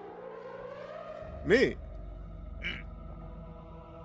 I mean, if you really want me to, it's unlocked. I just need to think. Dobby, stop! And he passes to Dobby. All right. Dobby says, "Oh, it's working. He can't stand it when I make these sad sounds." She makes sad owl bear sounds, which are mostly terrifying. Oh. And then Werg puts his hands to his head. He's just like, you can see like steam coming off of his very small brain as he's trying to process all this. He says, "Oh, this is a lot. I am kind of tired of this. But there's my brother, and I don't want to get killed. Man, this is tough." All right, Dobby will pass to Orion. Orion will make his way over to Werg. He does a jump scare as you appear in the torchlight. Oh fuck! Hey, Werg. Everyone screams a little. Werg says, "Magic hamster, help me figure this out. These guys, they're offering to help me escape, so I don't have to work for Warkronaw anymore. But it sounds risky. Plus, there's my brother Sergey." We want to. No one has to get hurt here anymore. There's been enough violence for today. How about we can talk with your brother? We also just wanted to talk with Warkronaw and understand what he's about. But you're Orion's friend. Wait, and you just want to talk to Warkronaw? that was our intention. Maybe I could just go tell him that. That was our intention, right? I mean, it was to capture him, but like, We wanted to do the royal talk with Rocco. So I'd rather have our leaving stuff. the room is a good idea. Yeah, it's a good one way or another. It's a good idea. I mean, they're my It just puts us on a time clock. friends, but you're also my friend too, Werg, and so is Dobby. I'm sure we can work this out. Okay, give me another charisma persuasion check. Magic hamster. Can this be with advantage because of Guy's thing? Yeah, guy got a really high check. So yeah, you're rolling on top of that. You're building them. Oh my goodness. As you say that, your malformed larynx seizes up, and you just start making a horrible hacking sound, and horrible wet farts are coming out of your butthole as the air in your body is trying to find a new passage to escape from. Oh, jeez. He shakes his head in disgust at whatever you're doing, and he says, This curse form sucks. All right, I'm gonna knock everyone out, and then I'm gonna go tell Warkronaw you want a meeting. Does that sound good to everyone? and Mina says, "Fuck you!" Not the time, Karen. Werg looks at you, Guy and Jert and Badger, and kind of offers his mace or his club, like, "I am going to brain you with this. Is that okay?"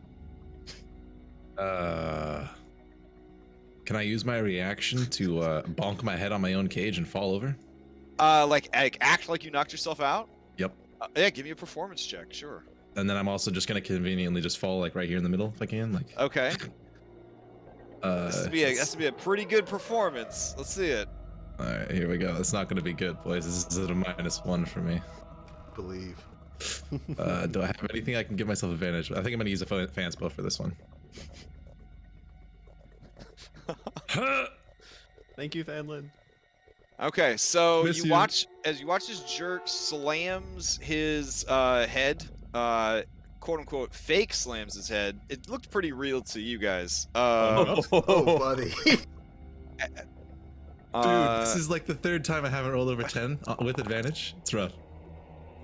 So you brain yourself for 3 points of damage and fall prone, but Yeah. it smarts so hard, it's more like when, Peter Griffin like hurts his ankle kind of thing. Just kind of wincing on the ground. Yeah. Yeah, and Werg is like, Ugh. I prefer to do it myself. We'll start with you. And he points to the guy. Unless you're willing to get back in that cage and give me back my keys. Oh, I mean, that one has your keys. I don't have your key. All right, Mina just continues to scream at him. You killed my husband, you bastard. You fed it to your fat, ugly chicken, etc., etc. The dwarf yells, Mina! Keep it down, girl! Maybe these folk can convince Walkernaw and set us all free. If you speak with Walkernaw, let him know that it's in his best interest regarding the dwarves of the southern keep holds that be set free and unharmed. And Werg just looks so overwhelmed that he's like, he passes to Barnabas so he can get a fresh scene here. But he actually passes to Barnabas's Fearbog. Yeah, perfect. All right, so he carries you into this room where there's a bottomless pit where they throw their trash. No. Oh, And no. starts heading towards it. What would you like to do as you see this through your spy hole? Okay, I do see it through the spy hole. Oh, thank Yeah, God. yeah. Okay, I'm gonna get out before he's All gonna right, throw away so- a perfectly good barrel of ale. So, Hop out and push him in. Hop out and push him in. well, you so perfectly balanced your weight. He picked it up. He's drunk. He's- He thinks it's empty. He thinks it's empty. Okay. Yeah, and I thought- it looks. I thought my weight oh, would, also, let's see. This is where it matters the most. Let's see your crafting check. Ooh, what do you want for yeah. that? This would definitely be Tinker Tools, I guess. Yeah. Okay. Yeah. Let's see features. Probably intelligence, since you built like all these special features like handles and peepholes and all that. Where do I keep my tools? It's in inventory. That's where it is. Okay. There's tools, block and tackle, cat traps. I'm sorry, I have too many tools. There they are. Tinker's tools. How do I roll it though? Roll. And I'd like to add my D4. Okay. Okay. Come on, roll high. All right. Okay. I mean, he's drunk. It's a pretty convincing barrel. He didn't notice that there's a hole in the bottom. He, the question here is, do you start to maybe slosh around a bit your body to kind of add some, because you're currently like petrified, like, Yeah. spider hold kind of thing. Do you say something? Do you dive out? What do you want to do? Because his plan is to chuck this Donkey Kong style into the abyss. Ooh, I mean, I'm gonna have to get out. It's not like I'm gonna be able to talk my way out of the situation. I'm gonna try to escape out without him noticing. Maybe it seems Fine. unlikely. Okay. So reaction, you're gonna try to tuck and roll out of this thing. Yeah. All right. Okay. Give me a stealth check. Okay. Boy. Okay. And- Even with that D4, yeah, you're coming in at a solid 7. Oh, good. So as you tumble out, he feels the weight change. He sees you, fucking tumble out, and he looks very surprised. And that is what he's gonna do with his turn. Is just he's still holding the barrel above his head in the throw position, and he just looks super duper surprised. I fully pee myself now, He will pass to you. and I start with my item interaction to wet my pants. Okay. Oh Jesus, this is bad. This is not what I hoped for. Now he is drunk, but he is also angry because they have been drinking for the past hour and a half or so. Angry super beer. Oh boy.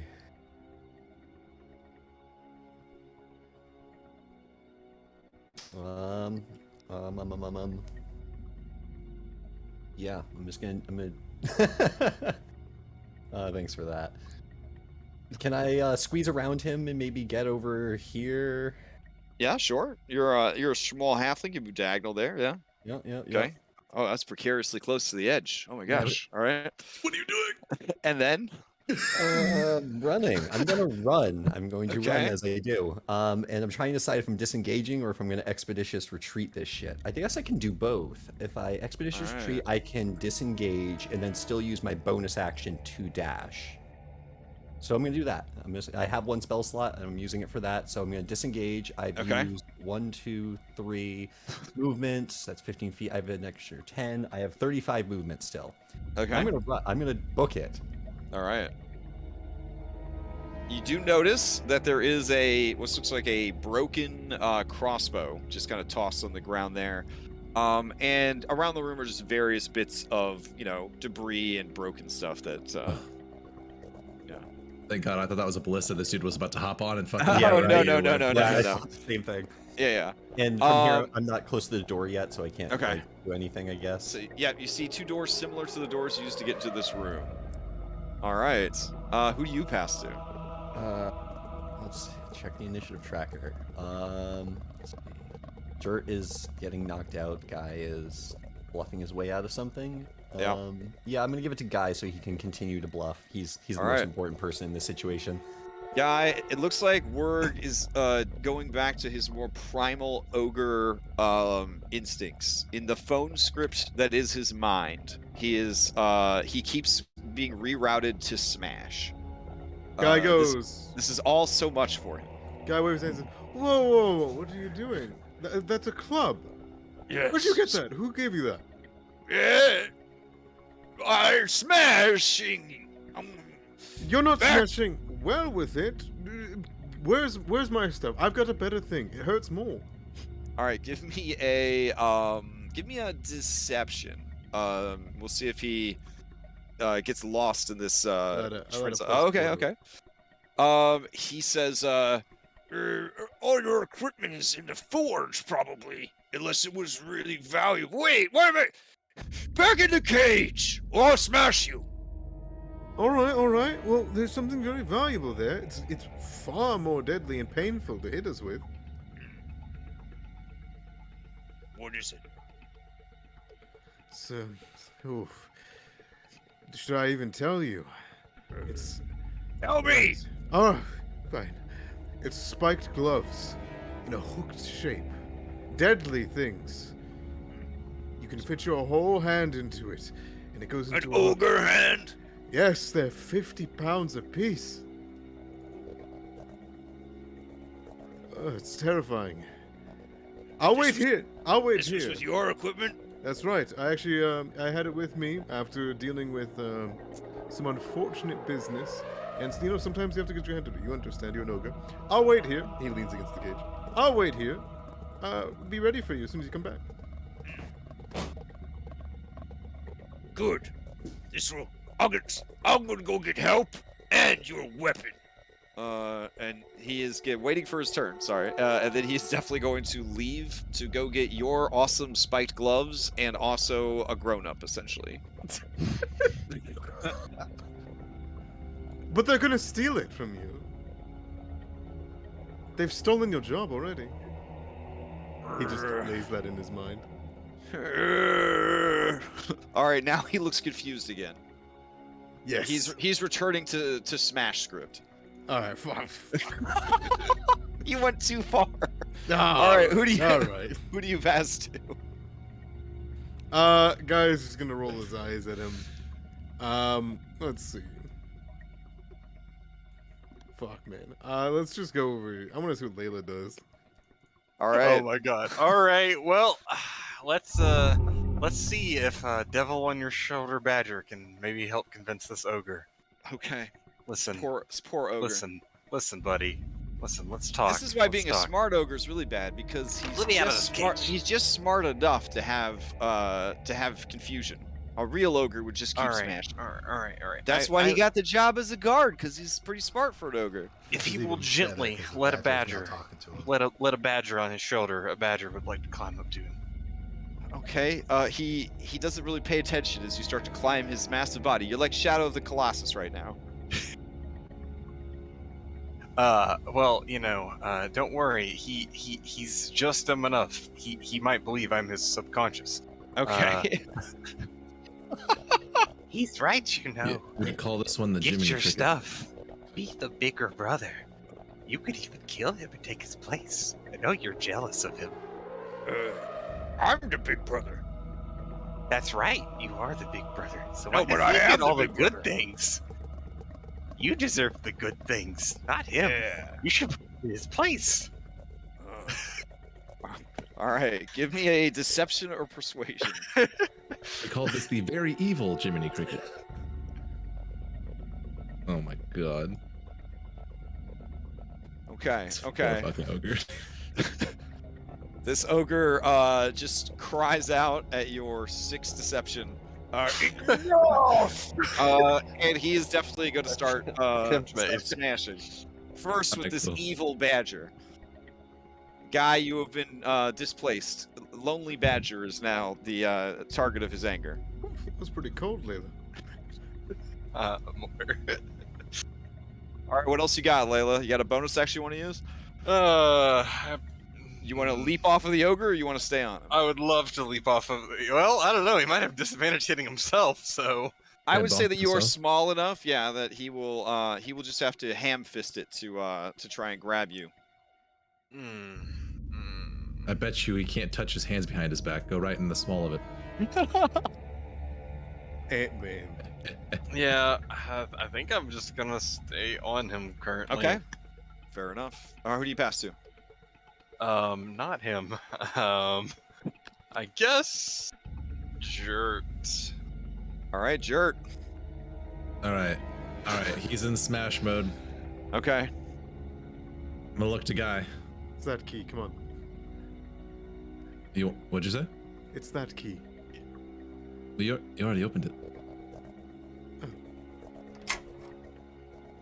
Now I did. All right. So first thing is I'm gonna go over this way after the gate Okay. opens, and I'm gonna drop the keys right here, Okay. I appreciate it, lad. and then I'm gonna see this fucking thing, and go, oh shit. She And then sees go that back you're this way. free, and Orion, you hear her scream, "We hunt!" And all you hear is just a horrible owl scream and a bear roar rolled into one sound. Dobby, effect. no!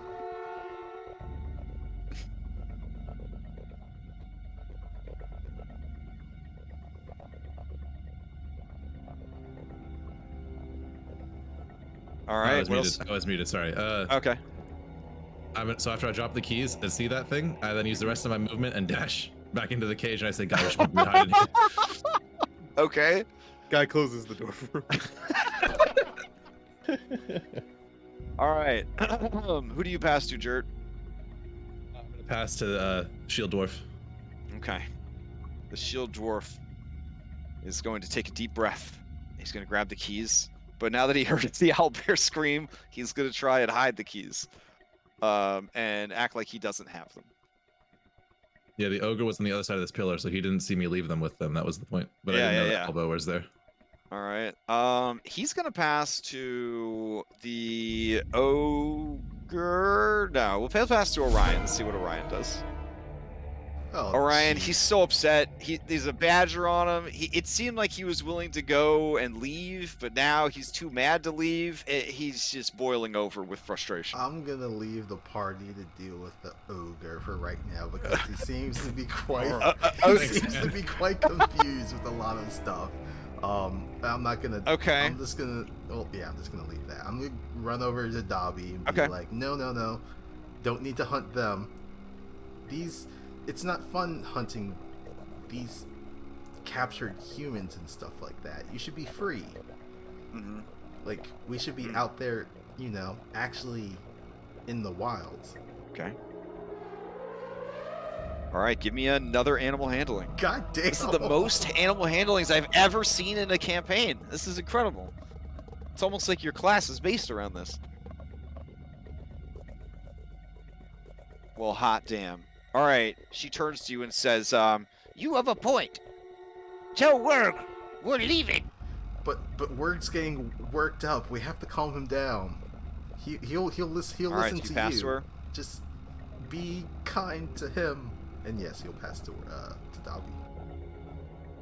All right, Dobby goes and pulls on his breeches with her beak, and he looks down at her, and he sees the sadness in her eyes. He hears the sad owl sounds as she looks mournfully towards the door, and then he says, You promise not to escape. Be here right when you come back, like I said. Okay. We're gonna go for a walk, and I'm gonna come back with people who could figure this out. and then he and the owlbear head Do you for want the me to door. come with you? Yes. I do not jump off of him. I will stay. Okay. Three What I like days to split. see, a very split party. All right. Yeah. I don't want Orion going alone. All right. Mina. it's just- I will. Mina have says, to- "They're gone. All right, let's do it. Come on." And she will pass to the dwarf. The dwarf will unlock the door. He and his family will start moving out. All right. They will pass to a young man who is on the run on his spy mission. Barnabas, you're up. Oh boy, no matter what move I take, there's just chances, and odds are I'm not gonna live to see tomorrow at this one. Shite. Where am I? Come on, go back down to the bottom. Are these two separate doors that I have to choose between? I mean, yes, but you know as a craftsman that they are connected in the same door frame. Okay, well, Yep. I'm just gonna push through to the right. Okay. I'm running for it. You hear in Giant this guy yell something. Sure. Okay. I flip him off as I run. I'm gonna go Alright. another 20 feet. All right. Okay. Into a okay. roughly 15-ish wide, 10-ish, 15-ish tall passageway. There's a torch burning in a sconce on your right. There are a pair of double doors ahead, and there is a passage to your left. Okay. I've used my movement so far. I still have a dash and a bonus dash. Mm-hmm. So I'm gonna do one of the dashes to get 25 feet. Fucking Okay. zooming. Not seeing anything new. Can I get a investigation check as like part of my turn to look for stuff that will guide me? In the If you want to use a search action as your That's a action, you full certainly full can. full action. No, I shouldn't just open a door recklessly. That'd be a terrible idea. I'm gonna use that. I'm gonna do an investigation check at this point. So I Okay. have some distance on that guy. I hope I can outrun him. I think I can. I don't know. Okay. So give me an investigation, I guess. Yep. All right. And- You determine that this is another double door situation, and it is similar to the double doors you saw at the entrance that were leading northwards. They are a bit more reinforced and well cared for. You also see the faint flicker of firelight around the frame. Reinforced could mean they're trying to keep things in or out. But that's probably where I'm going to go. I think that's all my movement and all my action, though. So Okay. Who do you pass to? Oh, Jesus. See, we got... I might go back to Guy again. We've got the troll leaving. For expediency, I'm going to have this whole group of people that are with the ogre just move and act as one initiative count. Does that work for everybody? I'm fine. And then if you need to do something, spicy or whatever, we can kind of suss that out. But you're basically going to be walking for a little while. I'm going to give it to Jert and team still in cages. Okay. Jert, to you. I'm gonna get back out of my cage. Okay. Guy opens the door.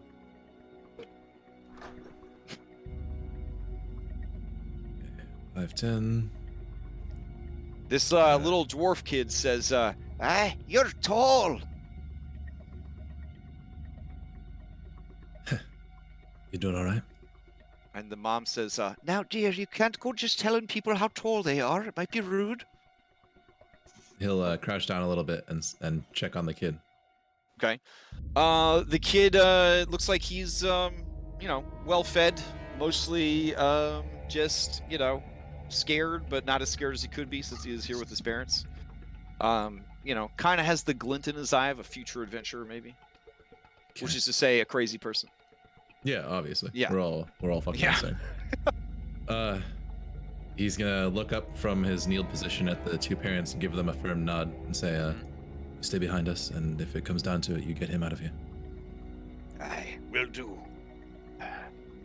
You don't happen to know which way to the exit, do ya? Was unconscious, otherwise I would have tried to remember. Unfortunately, no. Well, don't worry. My people have a gift called stone cunning. I can use it to try to figure out the grade of the earth itself. and make our way towards the surface. Okay. I'll walk in front, you guide us. Then I'll just keep using the rest of my movement. Okay. 20, 25, 30 gets me down to this square. And then I don't have anything else to do, so I'll just dash 5, 10, 15, 20. And I'm not going to open the door yet. Okay. That's it. All right, who do you pass to? I will pass to Guy. All right, Guy. He's gonna come over here. He's gonna grab the key. Okay.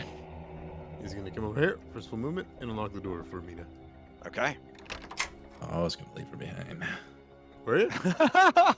All she's done is yell at the ogre and get us in more trouble. All right. Don't worry, that thing is going to die by the end of this. But until then, we need you to be quiet.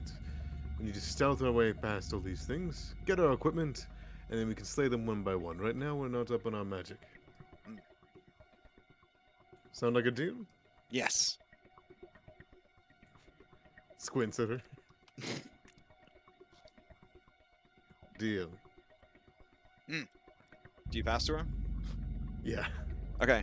She comes out. She grabs some human bones from the ground. She tests the weight, and then she hands one of them to you, and she takes the other one. And they are essentially bone clubs. What that means, though, is a bone weapon is if you get a nat 1, it's destroyed. It'll just kind of fall apart. Is this your husband? She says, it could be. It's metal. All right. She clutches it to her chest and says, "Well, I hope you're more useful to me in death." And she Damn. she heads over to Jert, and on her way over, I don't think she has any weapon to give you, so she'll hand you her husband's thigh bone. All right. All right. Layla, to you. Okay, I will drop down next to Mr. Orion. Oh, right, you guys are all in a group. Okay, yeah. Yeah. So I'll drop down next to Mr. Orion, and I'm just gonna more or less just be like, What are you doing? Why are we with him? What's your plan? We need to be back with the others. This is dangerous. And Werg stops at this door and he says, Here, do I get my brother, or do I get the foreman? Well, who is the foreman, by the way? He's a dwarf named Storm Shield.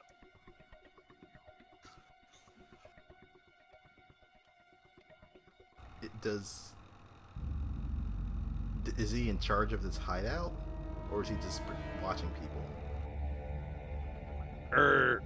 He's in charge of the forge. We can go see the foreman. Okay.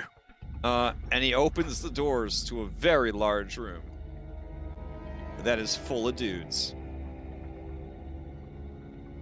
And the foreman looks up from his work. Oh, no, that's the wrong one. There we go. The foreman looks up from his work, and he says, what the fuck happened this time? And Werg looks a little nervous and says, Your prisoners are talking fancy. Again. I'm a bit confused. Maybe you could, help a little bit? They want to talk to work on. and then this guy, he just looks so pissed, and you guys realize so drunk. You look around the room, all these dudes seem hella drunk, and hella pissed. In fact, the two over by the forge look like they both have black eyes, and there's a lot of like tools that have been knocked over. Overall, some of them look like they maybe got in a big fight and were beating each other up. The whole room stinks of fresh ale and sweat and piss. There is a lovely forge in the center of the room, and all the things that one would need to do cool forging stuff.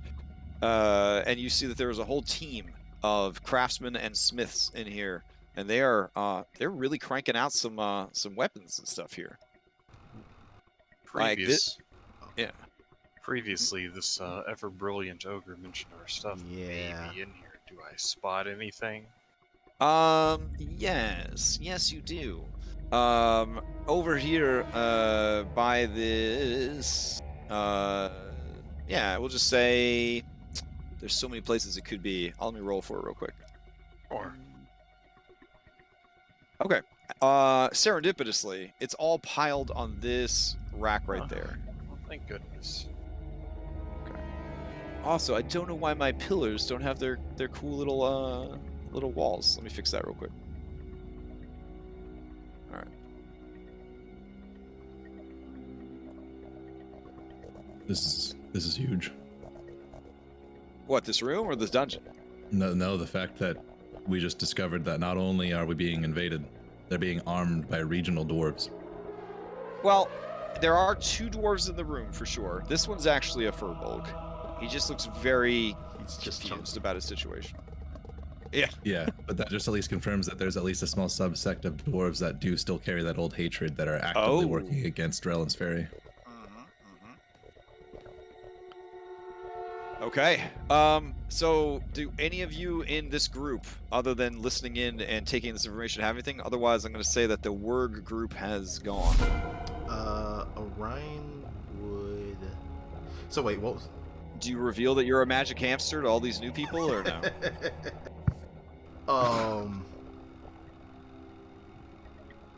Yes, actually. Oh, okay. He'll hop off of Dory and be like,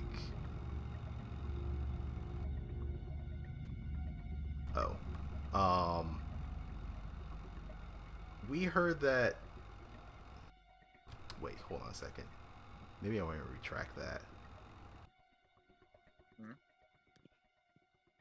Right now, you are a very you are a small-sized, hideously deformed creature hanging out with a slightly less hideously deformed creature hanging out with an owlbear. So they're drunk, and their attention definitely seems to be on the 2 biggest things: the ogre and the owlbear. Yeah, like Werg said, we're looking for work and all. We wanted to speak with them, but God, have you guys been drinking? As you draw attention to yourself, each of them reacts differently. Some are scared. This guy over here, he vomits because you're so hideously deformed and ugly looking. Umeg's Stormsteel, though, he's made of sterner stuff, and he says, fuck. One of them was a druid. I'm not a druid. Damn it. I'm just a mousekin. Oh, you're that thing that we gave to Dubby to eat. Thanks for that, by the way. Look. Well, the FOMOs tried to eat you and said you tasted disgusting, but Darby will eat just about anything. Apparently, you're too ugly for her, too. Look, I would rather talk with your boss. You're kind of a dick. Hey, my boss is a bit busy, but I will definitely help put you and yours back in cages. During this distraction conversation. At this point, Benoit, you would hear on this conversation on the other side of this door. Oh shit. I probably, if I have movement, would have during this distraction conversation, tried to start making my way back to the other. All right, yeah. Give me one stealth roll to see if you can kind of leave unnoticed. Sure. Would my talk distract them? For sure. Maybe bring back some information. Okay. You with a little plop sound fall off of the ogre to the ground. You pick yourself up and you start to scurry away. All right, and that will be the end of that. This guy is going to drunkenly pursue a certain guy. Oh boy. That you see him kind of out of breath as he turns the corner, and he sees you in the firelight, and he says in common, "Hey, stop right there!" Me. And he will pass to you into the next round as he says, "Stop right there." So I just heard this conversation through the door over here. And Yeah. did I hear Orion's voice? I think Orion was trying to speak up and be heard, Yes, definitely. but it would all be muffled for sure. Yeah. It Oh has a boy. different pitch. Oh Jesus. Because Yeah. yeah. Yeah. Oh, I'm sorry that this is a hard decision. I mean, I'm gonna run into a room full of people. I don't know what good that's gonna really do, other than reuniting the party so we can all be captured together. Finally. Well, you do Oh, still have your expeditious retreat, right? You might have I the do. distance to run in and all the way through the room.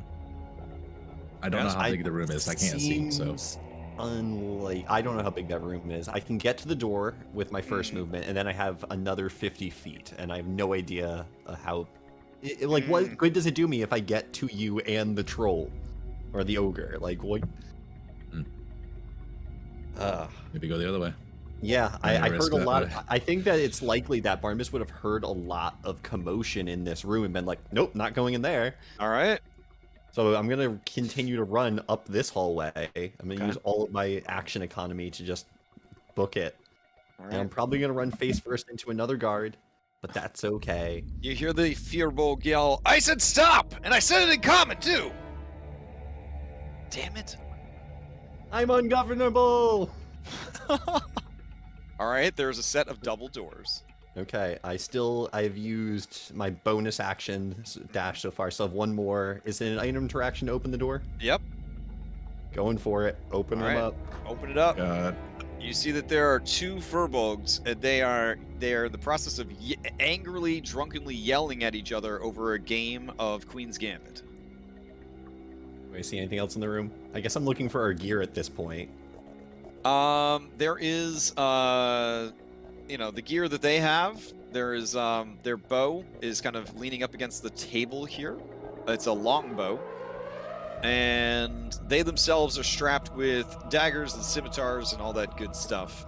Leather armor, whatnot. They are definitely shit-faced, though. There is what appears to be some kind of spring. And there is a runoff that God knows where it goes. As an educated man, you know that there is an Underdark, and that the world is essentially a honeycomb labyrinth of underground rivers and tunnels. It would be very dangerous to trust this would take you someplace safe. I mean, I have a good track record with rivers. but- Yeah, that's Safe true. route, boys. You almost threw me into the Underdark. This place is not within the scope Crap. of this adventure. Isn't that the typical Oh my It's about to be. I mean, I have plenty of Underdark maps ready to go. So, So this is bad. I'm out of action economy, so if I go into this room, I can't stealth. They're arguing. I mean, I can't. they are shouting and yelling. They did not hear the door open. Okay, but if I walk in that room and I'm just like out, I'm not gonna. They're gonna notice me most likely. They're probably going to notice you, yeah. Yeah. So I'm gonna. Can I close the door again with the rest of my item interaction? Or is Like it your open? your hands on the door, you're peeking and you're closing it. Yeah. That would make sense. Okay. Yeah, and I guess I'm just gonna. Shit, this is bad. But I'm just gonna like use the rest of my movement to like kind of tuck It's back over one here. I don't guard, think I'm you're going in that fine. room. It's two. Yeah. Oh yeah, Oh, the One guys, guard's yeah. pursuing you. Yeah. Yeah, You yeah. just I'm Yeah, just just kind of throw getting punch ready him, to just throw yeah, punch him. Yeah. maybe like get him off guard when he comes into this hallway. okay. Who do you pass to? I'm just running down the clock until the bomb goes off, and I'm passing to Guy. Okay. Talk us out of this. I mean, we could say well, you know what? You made the bomb in the woods. Anything could have happened.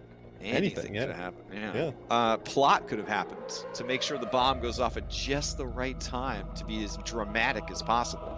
That's what I'm hoping for. All right. So you passed to Jerk, you said? No, I passed to Guy because Guy, someone needs to okay. talk us out of this shit All right, show. Guy. Try to open this door, but I'm too far away. Okay. Bloop. Thank you. Thank you. There's a badger in the hallway. Ah! Oh, You hear voices from around the corner. Well, that's why I came here, because there's just some of them got loose. And then you hear another voice say, And that's when you smash them. You're an ogre. You smash things. That's why we made you the No, jailer. that's not fair. He's more than just an ogre.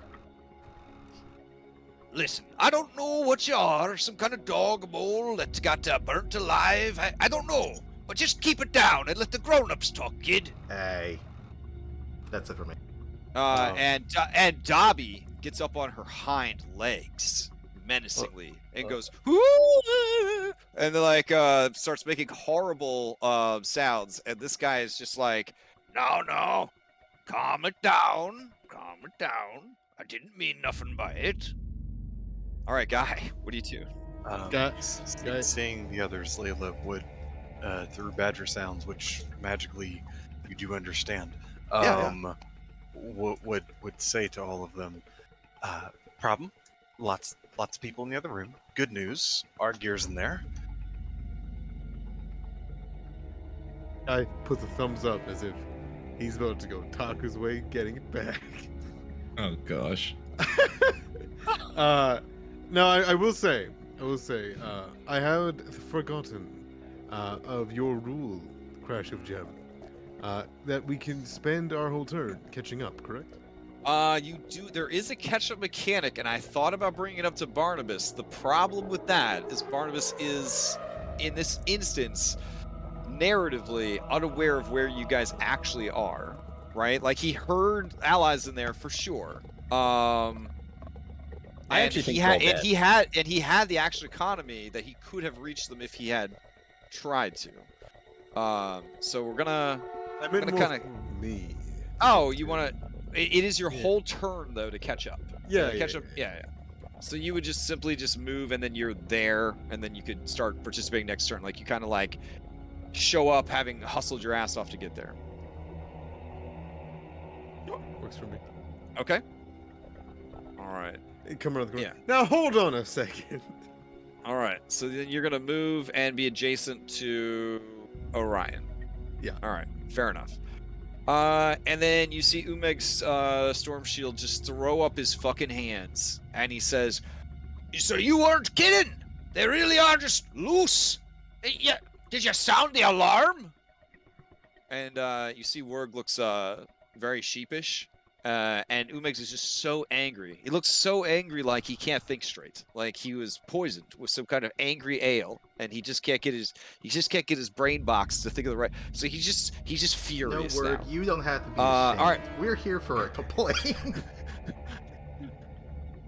You're right. Guy, You, me, we need to have a drink. who do you pass to, guy? Umeg, that's what he's saying to him. Okay. Yeah, let me activate this whole ass room. Hold on. All the d20s at the table. Here we go.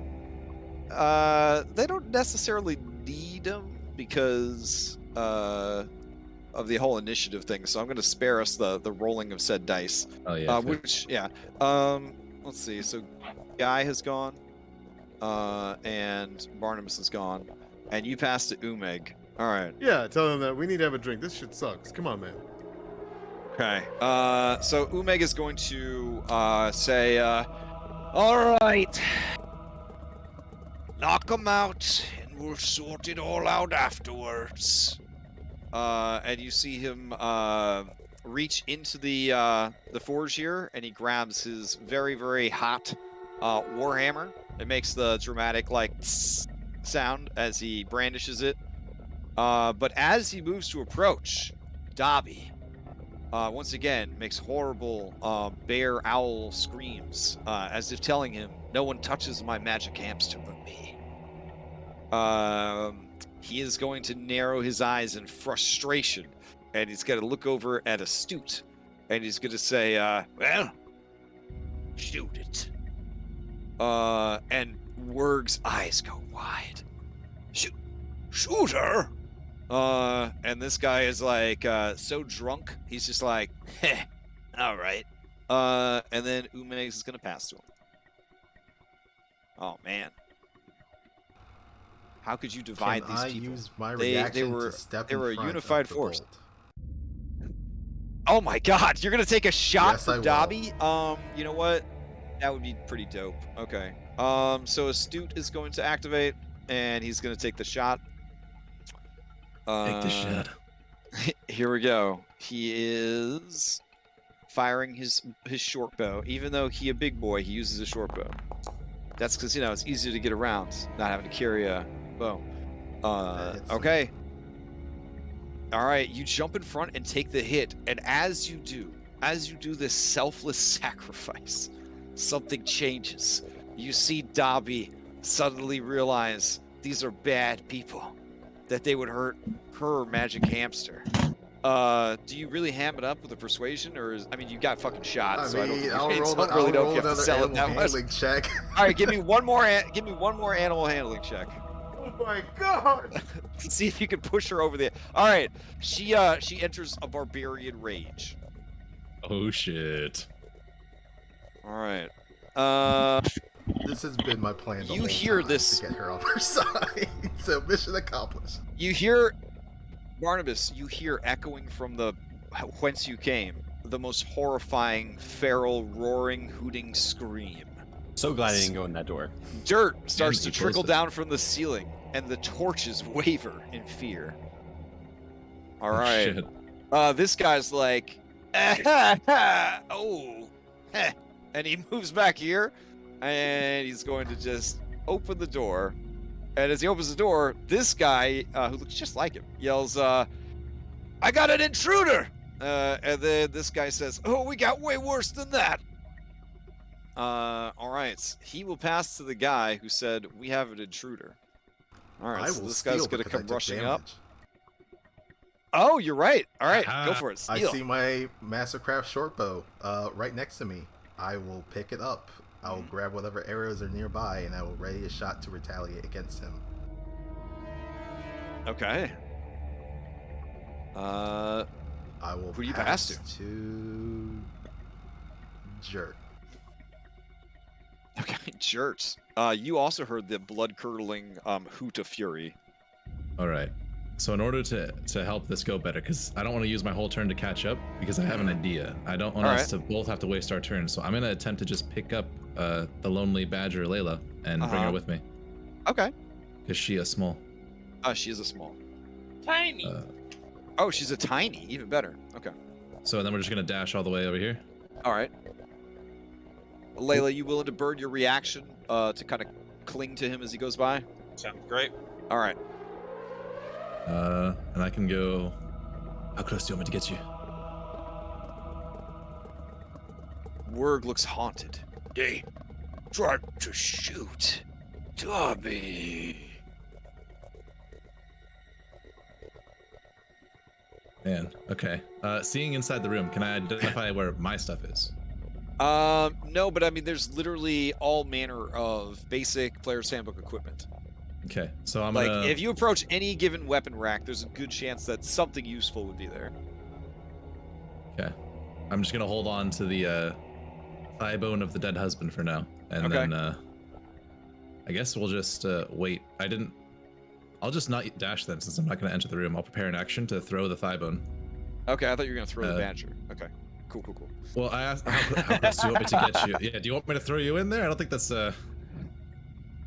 unless you're intending on like morphing into something dangerous, like a T-Rex or something. I don't know. I have 0 wild shapes left. Okay. All right, cool. Then I'll leave you on my shoulder if that's where you want to be. Yeah, I think so for now. Okay, then I'll just prepare an action to spear, like Sparta throw style, this thigh bone at the first aggressor who approaches any of my allies, which includes these two now. Oh shit. Okay. Who do you pass to then? I'll look at the ogre, and he's distraught and thinking about what just happened. So I'm just gonna let him. I'm gonna let him go. Okay. You pass to him. He is going to push past, and he's going to try to club his boss over the head.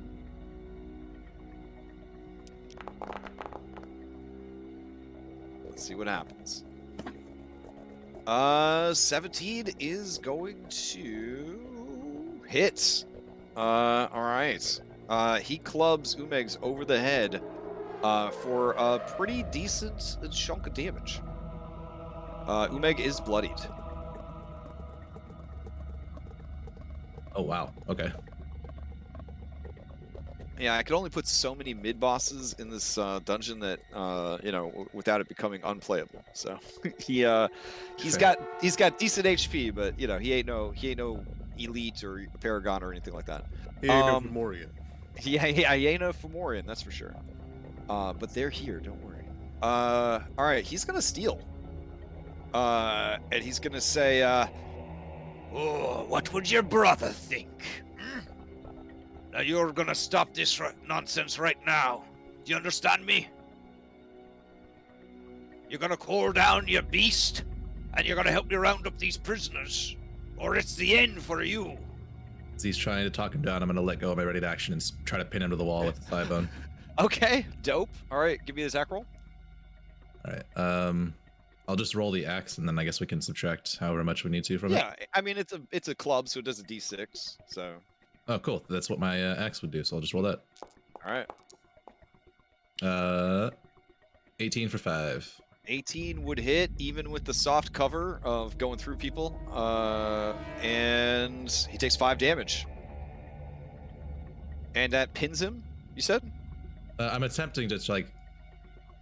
Like dramatic. I didn't know if it was an actual ability or if you were just trying to. No, I'm just throwing the spear because he's attempting to talk the ogre into working on his side. So I'm doing my best to interrupt his. Yeah, I will give him disadvantage, and he does not. Yeah, the bone hits him right in the fucking face and breaks his nose, and he says, "Ah, my nose!" And then the Wurg makes a sinister chuckle, and you They were realize. going to kill your ally.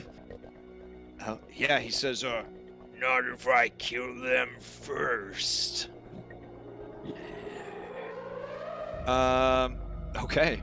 Let's see. Mission accomplished, boys. Umegs is made of sterner stuff, so he is going to hold his ground, and then I guess as a bonus, actually, he's got to burn his second wind already. So here we go.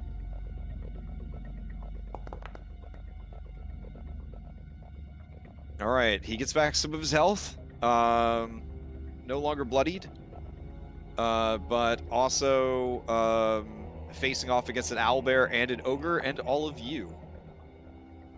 He is going to pass to. Oh yeah, no. Guy makes a good point. That would have been 7 because I have throwing fighting style. Oh shit. Okay, then I will add the extra damage Thanks, there. man. All right. So now he's back to being bloodied again. Hell yeah. He's these low HPs. You ride the roller coaster. He's going to pass to Influential Furbolg Bandit. All right, Influential Furbolg Bandit is going to drunkenly come around the corner. See, there's an ogre there, and he is going to fire off a shot. These are disadvantaged because of the drunken state that they're in, which is probably advantageous here. Oh my god. So that is not a critical hit. Is instead. Fucking eat shit. Yeah. All right. So as he goes to fire, he actually hits himself in the face with the bowstring, which feels so bad, and he is not his speed is 0, as he sort of slapped himself in the fucking face. He will pass to Deafening Furbolg. Deafening Furbolg will look around at the battlefield and the situation. He identifies that the ogre is definitely the threat here. He's going to go to a nearby rack, grab, bow, notch an arrow, and fire across the forge. Here we go. This is at disadvantage. Let's see. A 9 does not hit the ogre. Okay. He will pass to this glittering shield dwarf, who spends an action equipping his shield. So he kind of grabs the shield, puts it on, and then he is going to start making his way towards the party with the liquid courage pumping through his veins. He will pass to Dobby just to see what the fuck happens. Dobby lets out a feral scream and is going to move into position to help her master. And she shouts Orion, "This is a hunt!" And she brings her multi-attack to bear, which, if you've ever been low level and faced off against a basic bitch owlbear, it can be pretty scary. But if they roll really badly, I guess not. So let's... Holy She's shit! been in that No. room for too long. She rusty, I guess. Let's see. The first thing is morale boosted. All right, everyone sees how upset the owlbear is, and they get confidence that maybe it's not so bad. That would be, I think, everybody in the room except, yeah, except this dude over at the door.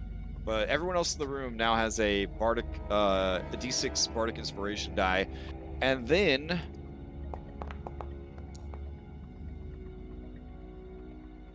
A random creature takes any... No! Oh my god. So the only other creature that could have taken the second attack is her master. So you see Umegs, a trained dwarven warrior. He kind of ducks the first attack and then moves in front of the ogre. In ancient times, dwarves were trained specifically to fight ogres and other giants, and this guy is apparently pretty old school. He lures Dobby into an attack and then does a dope little dwarf tuck and roll maneuver, and she clocks Werg in the face for 14 points of damage. Or, I guess, savages his leg with a beak attack. It is a fucking mess in here. She will pass to Layla. Okay. Also, So- Barnabas, is it okay if I clone you? Can you see this fight, or... No, I not should've- at all. Oh, okay. If I haven't you... seen anything since I got in the fortress. Oh, I'm so sorry. It's okay. Yeah. It's part of the alert. No one else No, have no. vision I through want you to the be able to see what's going cameras, on. Or... There's a camera that's all players, and then there's a camera that's just for Ah. you. So, I think I'm just like in space with Jert, right? Currently. Just sitting on his Yes. shoulder. That's where I Okay, left you. so I will hop down. Okay. And that's 5 feet, 10 feet. And so I'll just move to here. It's 15 feet. I know that this is our pile. Mhm. So can I just basically item interact to pull out anything? I mean, yeah, it's all just kind of like in a big pile here on the rack, and, you know, just kind of like piled here for sorting. Well, I would like to item interact, just grab my little acorn, and then as an Okay. action, grab Jert's sword. Okay, so you are a tiny badger, and you have grabbed a human sword and an acorn. Yeah, I'm just hold them against me really, really tight. Okay. That's it. All right. I'm just on delivery. I'm an animal right now, so. All right, you've got the guy that's chasing Barnabas. You've got Mina, and you got the shield dwarves.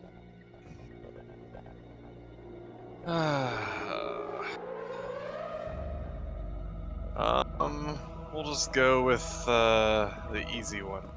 We'll just go with guy chasing Barnabas. Okay, guy chasing Barnabas is gonna run Wait. to here.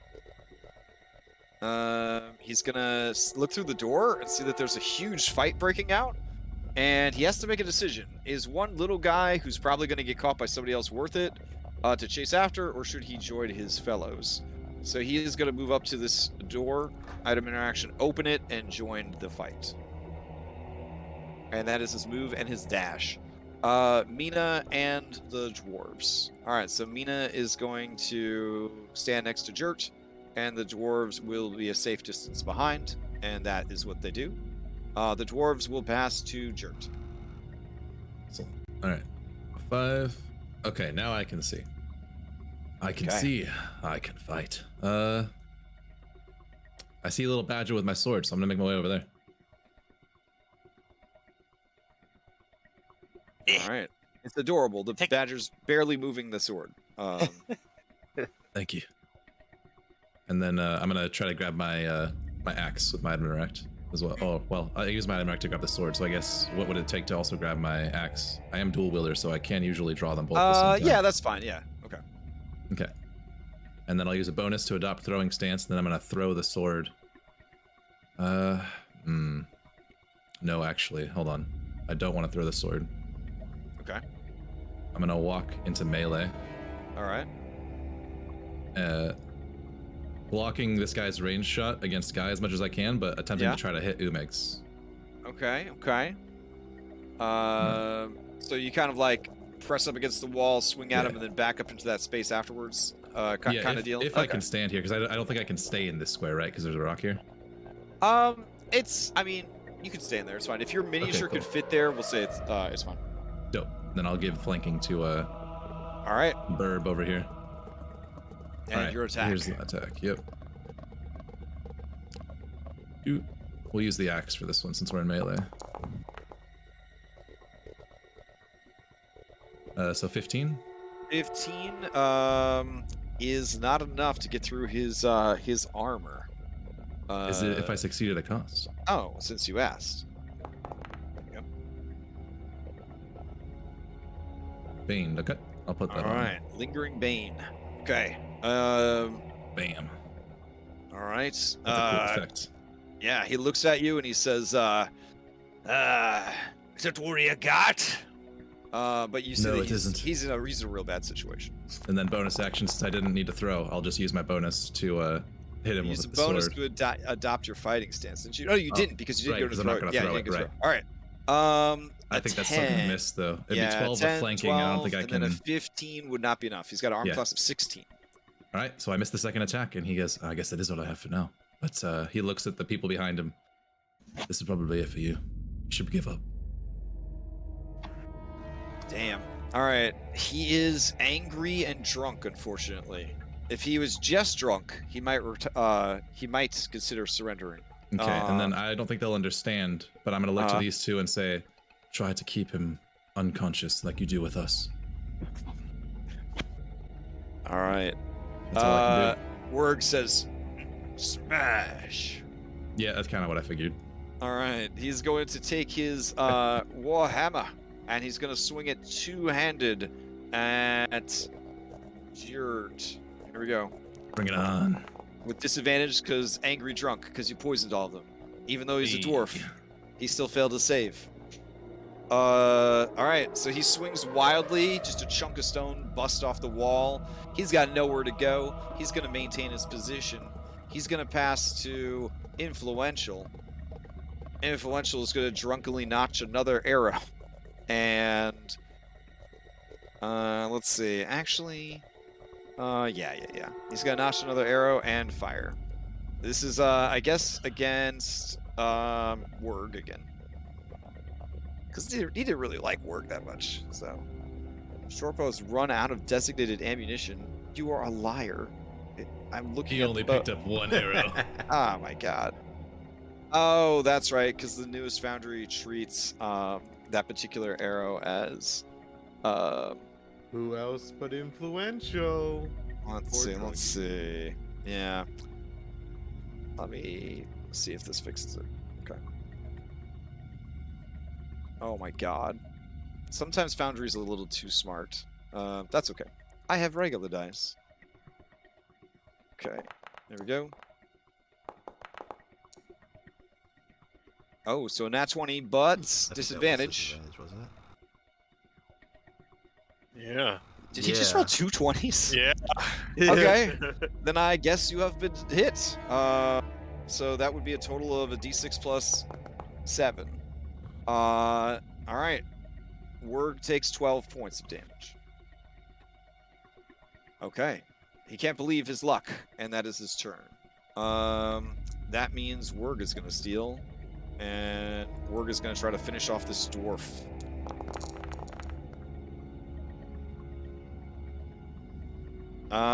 And a 14 will do it. He is hopefully unconscious. All right.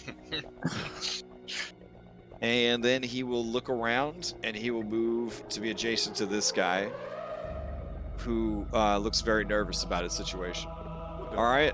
He will pass to Dobby, and then Dobby is going to run over here and attack this dwarf. There we go. Claws and a beak.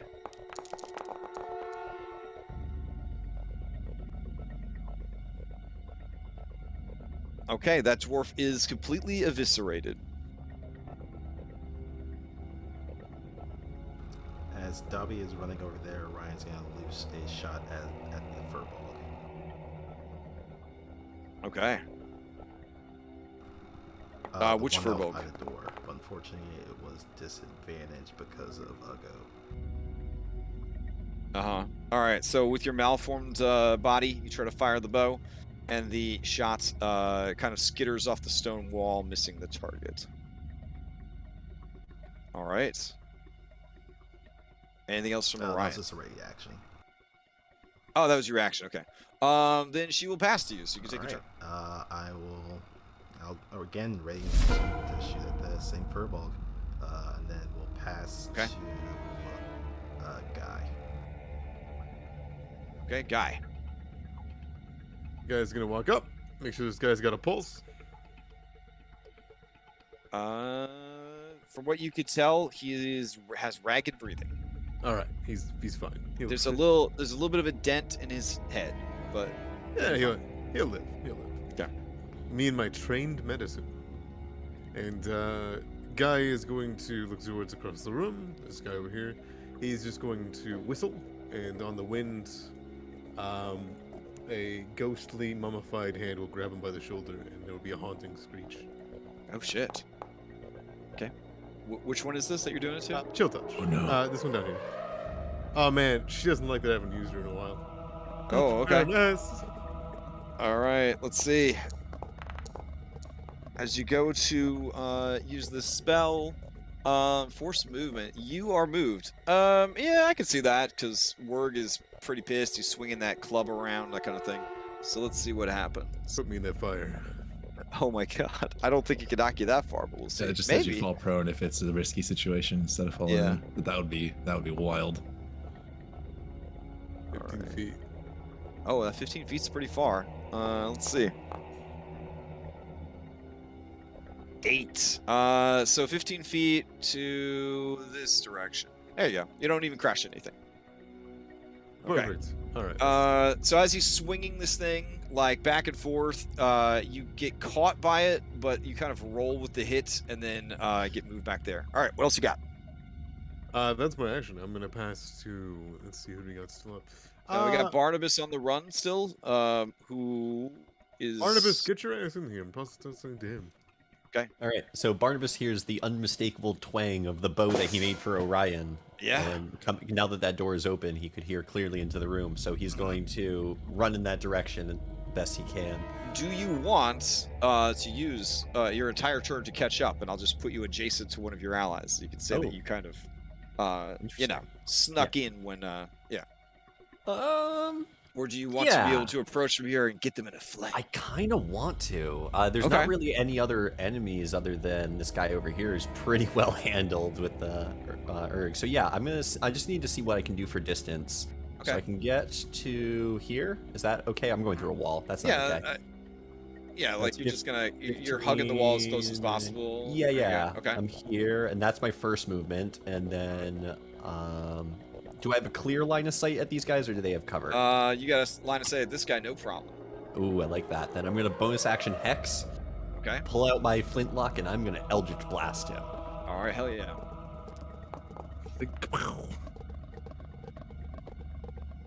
Does my magic pipe contribute to these? I'm sure it doesn't matter, but I believe the magic pipe is a skill. Is it skill I check? think it's just skill checks. I don't think it was Yeah. bless. I think it's just Okay. like long-term guidance. All right, Alright. that's not 16 at a cost range, right? Let me check. It is not. It is Okay. not. All right. And you'll just see a fiery Eldritch Blast fly through the doorway and crash into something from behind them. Reaction. All right. Ryan shoots. Okay. So many nat ones this session. Yeah, I was gonna say Oof. that too. What the fuck? Okay. This Uggo thing really has fucked me up. Scuffle. Make an athletics or acrobatics check, or fall down. I believe your proficiency is still +2, so this is a DC 12. Oh, great. And this is based off the scare that you, right? So disadvantage because Uggo? Well, yep. All strength and dexterity related stuff because of your malformed body. Doesn't matter. You're so good. All right. So you take the bow shot, the kind of blast back from the bowstring. Your malformed body starts to like topple over, but you keep it together. What else you got? Yeah. Oh, that was your reaction, right? All right. So Barnabas, what else do you got? / who do you pass to? Oh, yeah, I think that was my entire action economy. I hexed, I attacked, I moved. So I'm going to pass to... We've got Layla and Guy left. Layla's a little animal.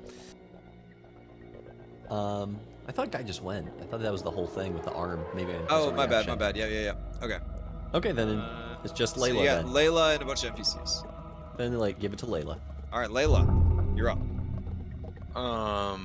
It's not a fancy turn. I'm just moving underneath this coal cart. Okay. If anything comes into melee, I can cast touch range cantrips, so I'm preparing to do that. I don't have enough movement to get to anything. That's unfortunately it. I'll pass to Astute. Okay. All right. Astute.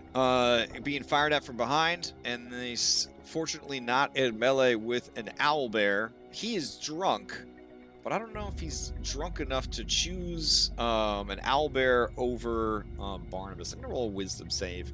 If he rolls high, he will go after Barnabas. If he rolls low, he will go after That's fair. the owlbear. Uh-oh. Okay. Yeah, he's like, you know what? And he's gonna move back here and move here. That's legit. Choose not to die. Yeah.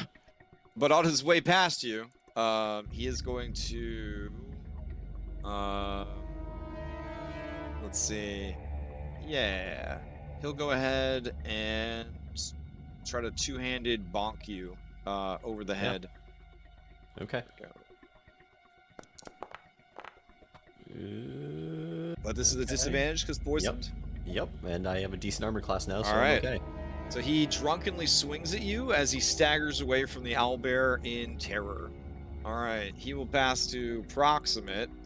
Proximate is going to look over, look at that. I'm going to have him make a wisdom saving throw. Let's see. Oh, okay, he does pretty good. I don't believe poison affects your saving throws. It is attack rolls and ability checks. All right, yeah. So he is going to move back and what? No, nothing. Okay. He's going to move back. He's going to close the door with an item interact, and he's going to close the other door with his action, and he's going to run up to you. All right, and that is his turn. He will pass to Mina and crew. And she's going to watch from the doorway, and the dwarves are going to stay nearby, nice and safe. And then play will pass to Deafening, and then Deafening is going to, let's see, is going to move to here.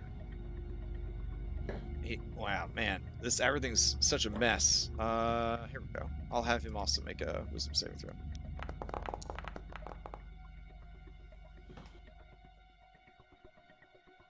Okay, he decides that he's going to do something smart, and he is going to rush up to this door.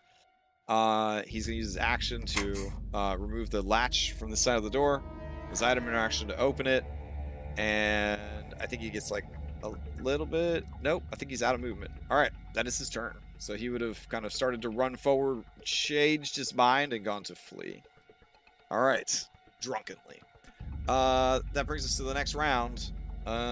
He will pass to Influential Furbolg. No, actually, I'm curious to see what happens in the hallway. He's going to pass to Barnabas. Oh, delightful. Still concentrating. I haven't been hit yet. Gonna take a chance. I was gonna say it might be time to use that ketchup. No? Oh, can I do that from where I am? I don't think that works. I mean, now that you're engaged in melee, that would not work. Yeah. Yeah, 'Cause you would be that's fair. you would be simulating a teleport spell at that point in a Totally. very benefit. Yeah. Yeah. I would like an attack of opportunity, please. Sure. He's gonna swing on you with. Trying to hit me. Yeah, I And, didn't think and so. whiffs. All right. And then I'm going to burn a hit die to regain a spell slot. Okay. And I'm going to cast Burning Hands. Oh, very nice. Oh shit. Okay. Get the poor cameraman out of the way. Oh shit! Oh, I don't. All right. My character sheet's wise on my shit. It doesn't think I have spell slots, even though I added one. Does it give you the option to check the box that says don't use spell slots or no? I'll try that again and see if it happens. Burning Hands. Assume spell slots, I say. Yep. Please measure template. Yes. And then click and... Oh, why my Ooh, character that's a nice one. 14 damage. Holy shit. Oh, yeah. All right. Here comes their dex saves. Which... The first one passes. The second one does not. All right. So, Astute takes half the damage, and is bloodied. This guy takes all the damage and is incinerated. Fuck yes. And I shout to out, and I'm like, guys, is that you? I heard the bow. You guys hear, you hear Barnabas in the hallway. Barnabas in here. All right. I still have a bonus action, I think. Yeah. So I still have movement. I can move 10 more feet, and then I'm going to dash into the room. Or can I use an item interaction? Do I still have that? I think I still have an item interaction. Yeah, that sure. I can open the door with, and then hop on through. There's an owlbear here. I can't. Yeah, really but there get is a past. very angry owlbear that I don't know if you know is friendly towards you, and actually probably isn't friendly towards you. Yeah, 'cause probably not. Yeah, it doesn't know who probably- you are. Yeah. Probably open the door and then see the owlbear and be like, "Oh God, do we need to kill this thing?" Don't harm I it, point don't my gun harm at it. it. No, he's with us. He's with us. She's friendly. She's friendly. Did you guys miss me? So much as you see my deformed face with a Jert smile. looks over at you. Nearly bloodied. 3 status conditions. That's the face of a magic hamster that missed you. Oh god. All right. Fucking picture, dude. I don't think I would go into the room until I knew that the owlbear was friendly, really. So Okay. unless they, I guess they told me, so I'd budge Yeah. in one. Although I don't know that it's not going to attack me. So Mhm. I'm staying. Oh, Until okay. You know how we- like when you go to a new dog and you kind of like want to know like how it reacts to you before you pet it? Yeah. Yeah. So I'm gonna pass Pass to. to me. I'll calm it Orion. down. I'll try to. Yeah. Well, I'll pass to Orion. Astute is for sure gonna steal since he was set on fire. Yeah, that checks out. Okay. So assuming no one interrupts, Astute doesn't need to make a wisdom saving throw. There's an owlbear on the loose. His friend literally just got incinerated, like Terminator 2 style, like in front of him. You know, just a pile of burnt bones there. He gonna run. And before he runs, he is going to turn invisible. Less than good. But you see like the dribble of his blood as he rushes down the hallway invisible. All right. He will pass to deafening. I think it might be worth interrupting here, guys. What do you think? Because like they're either gonna run and get reinforcements, Oh, or definitely. you know what I mean? Definitely. Right, Is that the main entryway that I came into that he is now walking into? You pretty sure it is. Okay. Yeah. So yeah, do you guys want me to steal and try to chase after this guy? If you I can, think I I'm think the that's a good closest. idea. All right. So Me or the badger, the closest. Well, undo deafening. Barnabas would definitely tell you that another one just walked away and went invisible, and he's probably going to tell people. So it's like, and reinforcements are coming, but we can limit them. Yeah. Grab we my can things and still get just out. run I'll stop from him, and I'll steal. Yeah. I'll steal and dash after this guy down here. Okay. And I have 5 more feet, so I'll just try to stand in the doorway to block him. I see. Yeah. what we'll do is for now, you guys will be kind of like next to each other, and if he tries to flee, you'll try to grapple him, sort of thing. Sounds good. Okay. He's a Fearboke, so does he count as a giant subtype? He does count as a humanoid. They have not introduced dual type Pokemon officially yet. Man, sucks. All right, never mind. I'll just stand there. Try to catch up to him. I'm gonna sheathe my weapons because I'm gonna attempt to grab him. All right. Who do you pass to?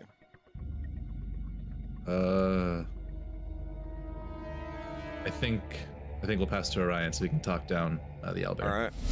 Okay, Orion. Hey, Dobby. That one's one of our friends. She's... Okay. She seems like she's in full murder mode. Oh. Go ahead and give me a handle animals check. So.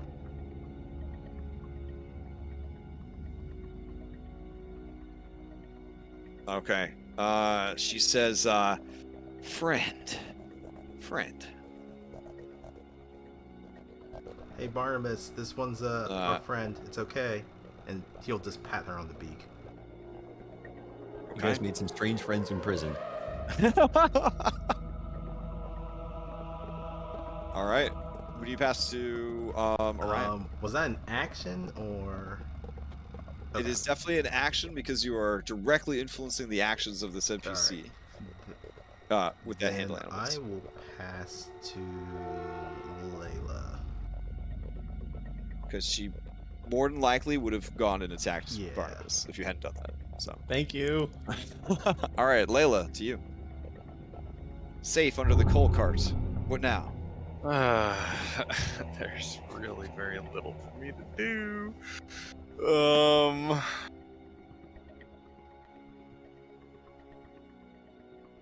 Do you want me to add a rival badger and you can Pokemon battle it, or? No, I'm all right. I appreciate okay. that though. I win it by default. So. Okay. All right. I dash out over here next to this anvil. I know that's really exciting. Yeah. And then? Oh, jeez. I think I will just use my action and twist back into human. Okay. I got your human. Human form's right over there. Yeah. All right. You Goodbye, just badger delete form. L badger. Bloop. That is me. All right. As you appear. Oh yeah. Hideous hag visage. Yeah. The Furbolg screams I should get that of terror. Just. I really should get that sea hag ability. Just being honest. So who do you pass to?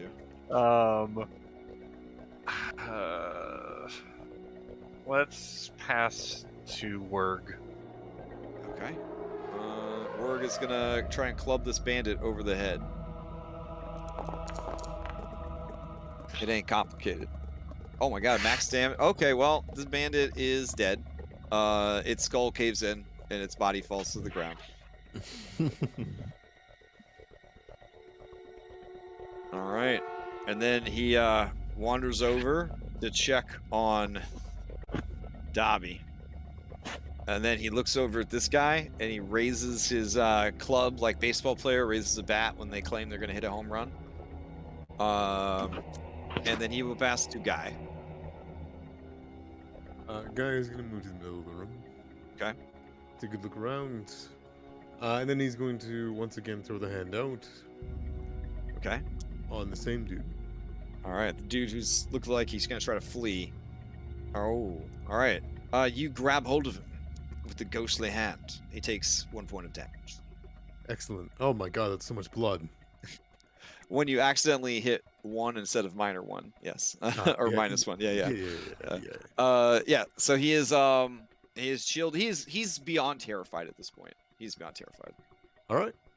Grab her onto Alright. his shoulder lovingly. That will be to Mina. Okay. He's gonna steal. And he is going to, like a scared octopus, he's gonna turn invisible. And then he is going to very obviously to you, flee to the south. Now, But I because can't do he's- anything yeah, about it. because he's invisible, you don't get a invisible. reaction. But he, given your ranger skills, you know exactly where he went. He See ran. his bloody footprints. Yeah, he ran around the corner. Okay. Yep. And then Mina and the dwarves are just going to be on guard and over there, and then they will pass the Dobby. Dobby wants to go and fight stuff, but there's nothing else to fight. But she will use a search action to see if she can find more shit to fight. I point towards where the blood, that trail, that the invisible one's leading. Okay, she pushes past you and begins to follow the blood trail, and that is her turn. She will pass to Barnabas. Cool. Is she difficult terrain for me because she's an ally? No, because you are a halfling and she is an ally. Cool. I can see up to this corner. Did I see the door open? Not yet. Excellent. I look over to my friends. I say, I'm going after the one that ran. Someone cover me if I don't come back. And I'm going to use... because I see his blood trail ends here. And he hasn't opened the door. Mm-hmm. And there is... Yeah, that's gonna do it. How far can I get away with it? Oh, yeah. Oh, yes. Firing target. Yeah, I'm gonna. So I'm gonna run up there with my 50 feet of movement. Oh, I'm not. I selected myself with the wrong thing. 30 feet. Okay, and let's see how this cone's looking. That's 25 feet. I'm gonna push forward just a little bit more. Right about Who needs there. to attack roll when you have a giant fucking cone? Exactly. Fuck you and your invisibility. And I'm going to burn my last hit die for another Burning Hands. All right. Oh my god. Cook this guy against the door. Rough. That's the plan. No spell slot. Yes. Also pretty good. That's pretty good. Let's see what he gets on his save. 5, 11. He fails. He fails. You see him reappear, covered in flames, and then he falls to the ground, dead. Cool. That I used my bonus action to dash. Oops, I have a template. Oh, go away. And I used my action to attack, so I would still have more movement. I think I can only move another 10 feet, so I will move backwards. Okay. And that's my turn. Let's see who I can pass to. I think it's gonna be Jert, because Jert needs to go after that guy. I'm not the best person to chase him, but I'm the only one close enough, I think. Yeah, and you All know right, where Jert. he is, more importantly. To you. 10, 15. Alright. And where did his footsteps stop? Right there? Mm-hmm. Alright, well my attack rolls are pretty fucked right now. With all these status effects I have. Oh yeah, Bane plus unlucky. Yeah, I think I'm going to instead just get in front of him. So that would put me right here, right? As you move into that space, you collide with him. Oh, perfect. Boom. Okay. And I drop a fairy fire on both of us. Oh, nice. Okay. All right. Let's see. He's got to do a dex save.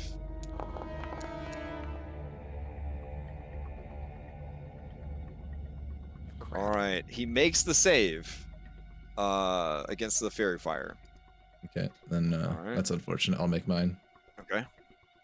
Or you can just cancel concentration so that you don't get affected by Yeah, it. I'll just do Yeah. that. It's free action.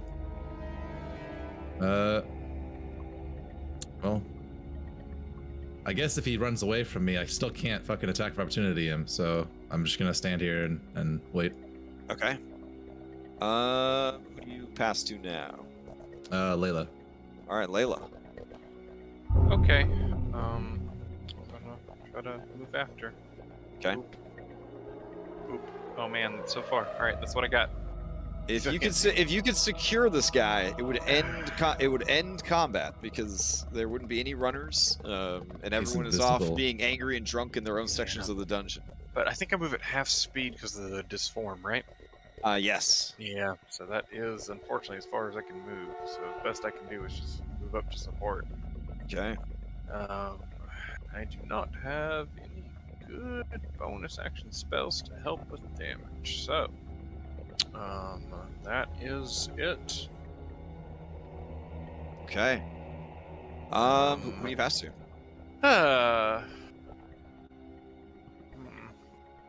We'll go over to Barnabas so that he can rejoin us. All right. Barnabas already acted for this round. He started things off. You Oh, have he still was Oh. lit. I'm sorry. Okay. Then Yeah, sorry. There's the Ryan guy, and then your allies. phew. Guy, I guess. Yeah, the guy. ones with me Okay. right now. Guy, what's the Right. plan? He's still there. He's not. Nobody caught him. Nope. I'm I wrestling mean, with him. Jert's right up on him. He's not Where- going anywhere. Is he here? And he or grabs is at he- air. He's like literally in the same space with Jert. They're like grappling Oh. with each other right now. Oh, Yeah. okay. Yeah. What's it? Oh, But wait. it's a I if it's might a have- Dungeons and Dragonsy thing, I would say that since they have to respect the rules of the universe, he is south of Jert. Yeah.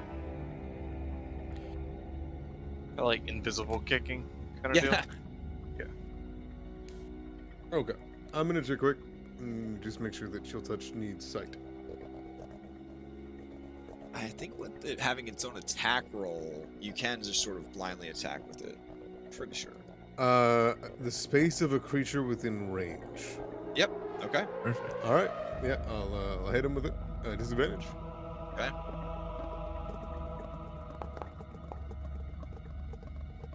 Nice roll. Thank you. It'll be Yeah. 4 damage. That hits. He lets out a grunt of pain. I probably should have readied an action, shouldn't I? But it's a bit too late for that. All I'll hand right. it right over to Orion. Okay. Deafening Furbolg Bandit is gonna steal since he took damage. But this is just a basic bitch Furbolg, and they can only turn invisible until the start of their next turn. Oh no. They do have a cool ability as bandits that after making attack or being attacked, as a reaction, they can activate their invisibility, which is kind of cool. But he didn't think that you would so doggedly pursue him. Also drunk. So he reappears. And Hello there. he looks over at that door, and he looks at all of you, and oof. You're just gonna catch him anyways. Oh, he's got Surrender. nothing left. He's too angry to surrender. He's gonna hit that's you in true. the Yeah, he's face. fucking wasted. He just yells out, "Ah!" and makes a terrible attack roll, and then he tries to flee.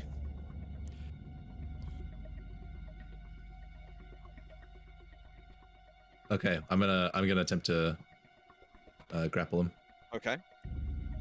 This is at disadvantage of -1. I don't want to use another fan spell. I don't think. Okay. He's he's not getting to the door, right? Nah. Yeah, I'm not gonna burn a fan spell. Also at disadvantage, I think. He is also a disadvantage. Yep. Oh hell yeah! So there we go. Pretty good. Oh my god, that's a 15. All right. Shit. No, he has disadvantage. Oh, he has disadvantage. Yep. Yeah. Also, you don't have to minus because the the unlucky token is already. Oh, it's already calculating it. Dope. All right, so you kind of collar this dude as he tries to flee. All right, and then you still have movement. No, wait, you don't, because it's not your turn yet. My bad. Yeah, it's his turn. Yeah, it was a reaction. So you grab him. He's donezo's. All right, we'll speed through it. Your NPCs are just gonna kind of hang out. Owlbear and Ogre just gonna hang out because there's nothing else for. He's gonna keep the owlbear from running off and try to calm it out of its frenzy. Orion. Orion was actually going to go up to Werg and try and medicine check, get that arrow out of him from being shot. Aww. I'm trying to keep these dudes on our Okay. side for now. Yeah, it's probably not a bad idea. So. Werg is most assuredly of an evil alignment, if such things exist. All right, you go up and you just start sticking the arrow deeper into his body, and he kind of absentmindedly sort of like kicks you away from him as you're trying to help him. He That's does not fair. appreciate the gesture that you have done. A go form sucks. It does trigger a complication. Scuffles. All right, yeah, make it. That's perfect, 'cause he kicked see him. if he kicks you away like a soccer ball. 14. Oh man, tenacious. You dodge the kick, and continue trying to apply medical aid that he does not want or appreciate. He will go ahead and pass to Dirk, so Dirk can finish the shit in the next round. All right. Yeah, I'm going to No pressure, Dirk. take my first attack to move to restrain. Okay.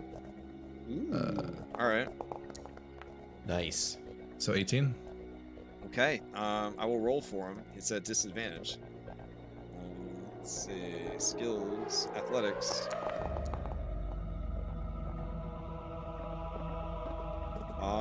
He is restrained. All right, and as I pin him to the ground, I get on top of his chest, put both of my knees on his forearms and his biceps, and then just start beating the shit out of him. Okay. I take out the axe with the blunt haft end and just knock him over the head with it. All right. If everyone is all right, we will cinematically end the fight with this dude being knocked out and you guys pulling back into this room. Totally fine. Is that with work yeah. for everybody? Hell yeah. Yeah, All start right. getting armor on. Get your Absolutely. things. Don't Get our forget. equipment back. All right. Don't Perhaps forget some the armor Spearbug on. and the dwarf. To end Yeah. combat, you have taken 2 prisoners, gained 2 allies, and also essentially reclaimed your gear as well as taken control of their armory. All of these doors are lockable from the inside via latches, you know, like the pieces of wood that you kind of bar the door with. Yeah. Lock it Uh, down. Yeah, so you're in a pretty secure place. So go ahead and lock all the doors then. At this point, Barnabas would let the team know, I planned a distraction for us. I don't know when it's going to go off, but it could be any minute, so let's get ready. Oh, Barnabas, you see the lady from the road that bamboozled you. Her. Oh, right, I see it. Wait, because we were talking with them.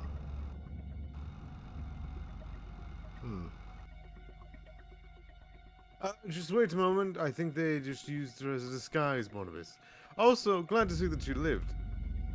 I'm glad to see you all alive. I thought they had turned you into paste. Yeah, we talked our way out of it. Not that far off, as I stare in your face. Guys, I'm really sorry for suggesting that we fight the Fomorians. It's okay, dearie. Oh god, Layla, I'm so sorry. It's okay.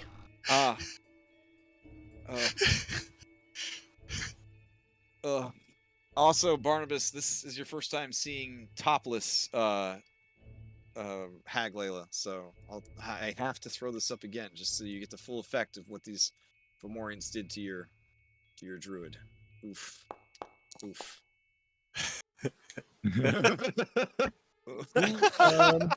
Not sure if I make that save. Yeah, you probably keep it together. I'll keep that at a 10. I can Yeah. maintain my composure, but not well. I'm like, Layla, just so glad to see you.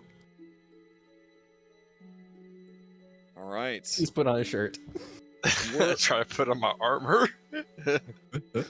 Word calms down Dobby, and then looks around and says, I guess I'm out of a job. Not completely. Slide over a B team contract. He takes the pro-offered B-team contract, puts on his spectacles and begins to read it while absent-mindedly eating the corpse of one of the furbolgs, because he's an evil ogre.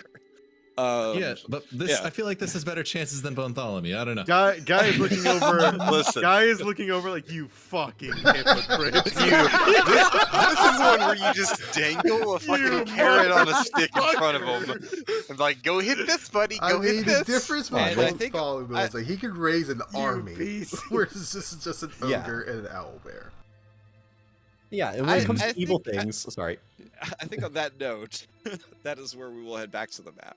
So. fantastic. When it comes to evil things, you put up with Barnabas, so how bad is this ogre? My suggestion is we kill the ogre, we take the owlbear. This ogre ate this woman's husband. Well, no, it was the Well, owlbear. the Albert ate him. The ogre killed him. Yeah, but it's the killing that's the problem. That's Well, the what- just owlbear doing his won't come with job. us if we kill Yeah. the ogre. Like the owlbear will hate us forever. Oh, not if he doesn't see it. Not He's if just he going- doesn't see it. Yeah, I He's yeah. see. going, So to, this he's is going like- to the store for feeder mice. Yeah. So this is how we get Orion his I choose you like stat. He can Correct. just choose between Claude, the owlbear, whoever else we get. Yeah, Well, I see what you're doing. That would be a dope B team ability. I am not gonna fucking lie to you. That would be a Yeah. dope B team if he could switch like on a long oh man, if you Yeah. B team in so you can switch to that monster Well, instead of your shit. That's what I'm doing on my Tuesday game. Ranger is playing a Pokemon trainer. He's already got like a large spider, a large ape that he swaps out between in combat for utility or battle. It's mean, nice. We did. Claude is essentially just a what is it called? Palette swap of the owlbear companion from the guide. So So this wouldn't actually unlock Yeah, it anything wouldn't fresh really and be new anything for you different. then. Okay. But it's a cool idea to keep in mind for Uh-huh. recruiting monsters. Yeah. but yeah. also, Alright, thank you. Orion does Okay. kind of mention to the group. Does anyone else hear like purring sounds, like something sleeping? I think that's an organ. I think you grew a new No, organ. I really do think I hear something purring. I will listen. Okay. He's gonna spend the next minute in this forge focusing on that, and essentially that's what he does to resummon Claude. Okay. Dope. Okay. Nice. So you're gonna kind of follow what you are hearing as the sounds Since of Claude. he's connected to my spirit. And right. Okay. Oof. So then we will have a proper Pokemon battle between Dobby and Claude next They week. can be friends. They don't have to Nice. fight. That's true. Okay. Well, congratulations on escaping from confinement, and congratulations to Agent Benoit for successfully finding your allies. As the DM in a situation like this, it is always fun to sort of watch the two different groups on the map kind of slowly move towards each other. And yeah. So it was cool that, you guys managed to meet up, and you're in a pretty good position. From here, you could, I don't know how much time you have, but you could certainly try to rest, properly. I don't know if you get a full long rest in, but you can certainly try to get a short rest in, and then either, I don't know what your next move is going to be. I guess we'll find out next week. week. We have that because isn't that fuse about to go in like 5 minutes? Yeah. Oh shit! Yeah, We- like We had enough time to Yeah, armor essentially up. get our gear and Yeah, get the listen, hell we out. put on the armor, we let them run past us, then we go to walk on and call it a day. I think Ooh, that's that sounds dope. Here, we'll drop this guy so that we remember that's where we left off. This is any second now gonna bust. There we go. All right, cool. Nice. So, Hell yeah. let's see. Any sort of announcements? Lots of games being played and run on the server, so keep an eye out for those. There is a Solasta stream tonight, so we're gonna play. End stream, and we'll probably just play on the server. I think we played in a private call last time, but we're like, we got a max boosted server. We might as well get the best sound. So we'll just play like on the server. So yeah, if anybody wants to hang out and chat while we go, backseat drive, that sort of thing. We're gonna be streaming it and playing it tonight. Maybe someone will stream locally to Discord, and I'll stream to Twitch. So if you're in Discord hanging out, you can see it live or whatever you want to do. I've made a promise to be a better sport this time. I was kind of a shitty sport last time. I had some pretty bad dice rolls, like 3 ones in a row on halfling luck, and also my death saves, and it was just really bad. But you know what? I'm gonna approach it with the best goddamn attitude I can. I'm gonna be a better player than Hellebore. That's kind of a low bar, but that's fine. That's fine. That's what I was like, sounds like an oxymoron. You don't have to explain. I've also played Solasta. It can be trying sometimes with some of those rolls. Yeah, it is honestly. It's like a very strict, very, very strict, very unoriginal DM. who you cannot argue with, like at all. You cannot say, hey, but what if we did this? They're like, no, SRD. That's what we're doing. But it's actually super duper fun at the same time. It reminds me a lot of playing Descent, the board game Descent, against the app, where no one is the bad guy and the bad guy is just terribly cruel and cheating and dumb. But it's like you're kind of unified. So I'm very excited about playing that tonight. Tomorrow we're gonna be having some Magic Commander on the server. Even if you've never played before, we're gonna play it on Tabletop Simulator. We can provide decks and teach you how to play if you want to play. So I think we got quite a few people that already have really nice tables. So all you need is Tabletop Simulator to play. It's almost always on sale on Steam, but I don't know if it's on sale right now. So if you're interested in doing that, and then of course all the other games that normally run, Mythic on Sunday and Prime on Monday.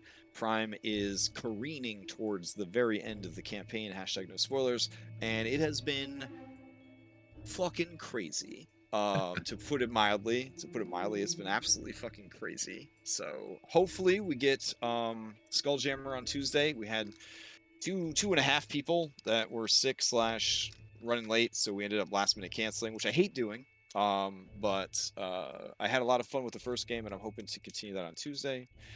And Witchlight continues on Thursdays. So there is.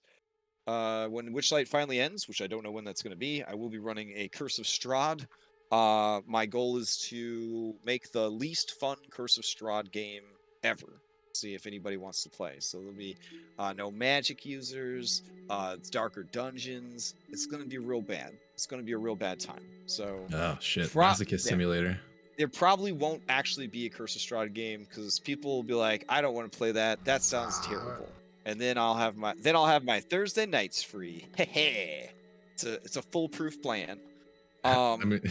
If the beginning of Mythic was anything to go by, you got plenty of players that are willing to be fucking punished. Yeah, that's true. And there is like a twist to it as well, but I'm not gonna announce the twist to it until closer to the thing. But I'm very excited for it. I'm attending all of the online seminars, all like the 3-hour postmortem, 6-hour postmortem series, like how to run Curse of Strahd. It's a very cool campaign. This is a lot of cool. I've done a pretty good job of not spoiling it for myself because I wanted to play in it. But since my IRL group fell apart, I was just like, that's it. I'm just gonna fucking run this shit myself. And I can understand why people like it so much. There's a lot of cool shit going on in there. So if this is the meat grinder, that's gonna be the massacre. So yeah. What I learned from Witchlight Isekai is nothing is more terrifying than being under-equipped to deal with monsters and stuff like that. And then what I learned from Mythic in the early days, nothing is more terrifying than not being able to trust your own magic and then running out of resources. So how do you make a scary game actually scary? You introduce things that people are actually afraid of. Being exhausted, running out of resources, being horribly disfigured and cursed, etc., etc., etc. So hopefully I can make it scary via actual storytelling and immersive gameplay, but there'll also just be so many things that will just make it hard and scary and unfair and terrifying. And I don't know, that's sort of the play that I'm going for. So I know for myself as a player, nothing is more terrifying than being on your last resource and not knowing how much longer you have to go and how much further you have to go. It does create some pretty intense gameplay. So we'll see how it goes. But yeah, that's a lot going on. Does anybody else have any other announcements, projects you're working on, things you're doing, games you're trying to fill? Yeah, I actually have 3 seats available for a game I put into listings. If anyone wants to play a Monster Hunter-esque short series, I have a game coming up, and date is it's spec'd for next weekend, July 3rd, but it's still up in the air, kinda. If it doesn't fill up in time, we'll just push it. Yeah, I see it posted right there. Ooh, is that the monster you're going to be hunting? That is. It's a Nargacuga. Classic Monster Hunter creature. All right. Anybody else have any other announcements? Any games you're filling? Any things you're doing? Anything from you, Ark? Any new games? Oh, Up? no. Though I think Eberron might be having a soft reset in about a month here, but no, nothing starting up. I'm just gonna go bed. Oh yeah, because you stay up all night. Okay. All right. I will let everybody go, and I'll see you around the Discord server. Thanks for running. Fun All right. session. Night, everybody. Everyone Thanks. get Hell yeah. ready. See you guys next week. Later.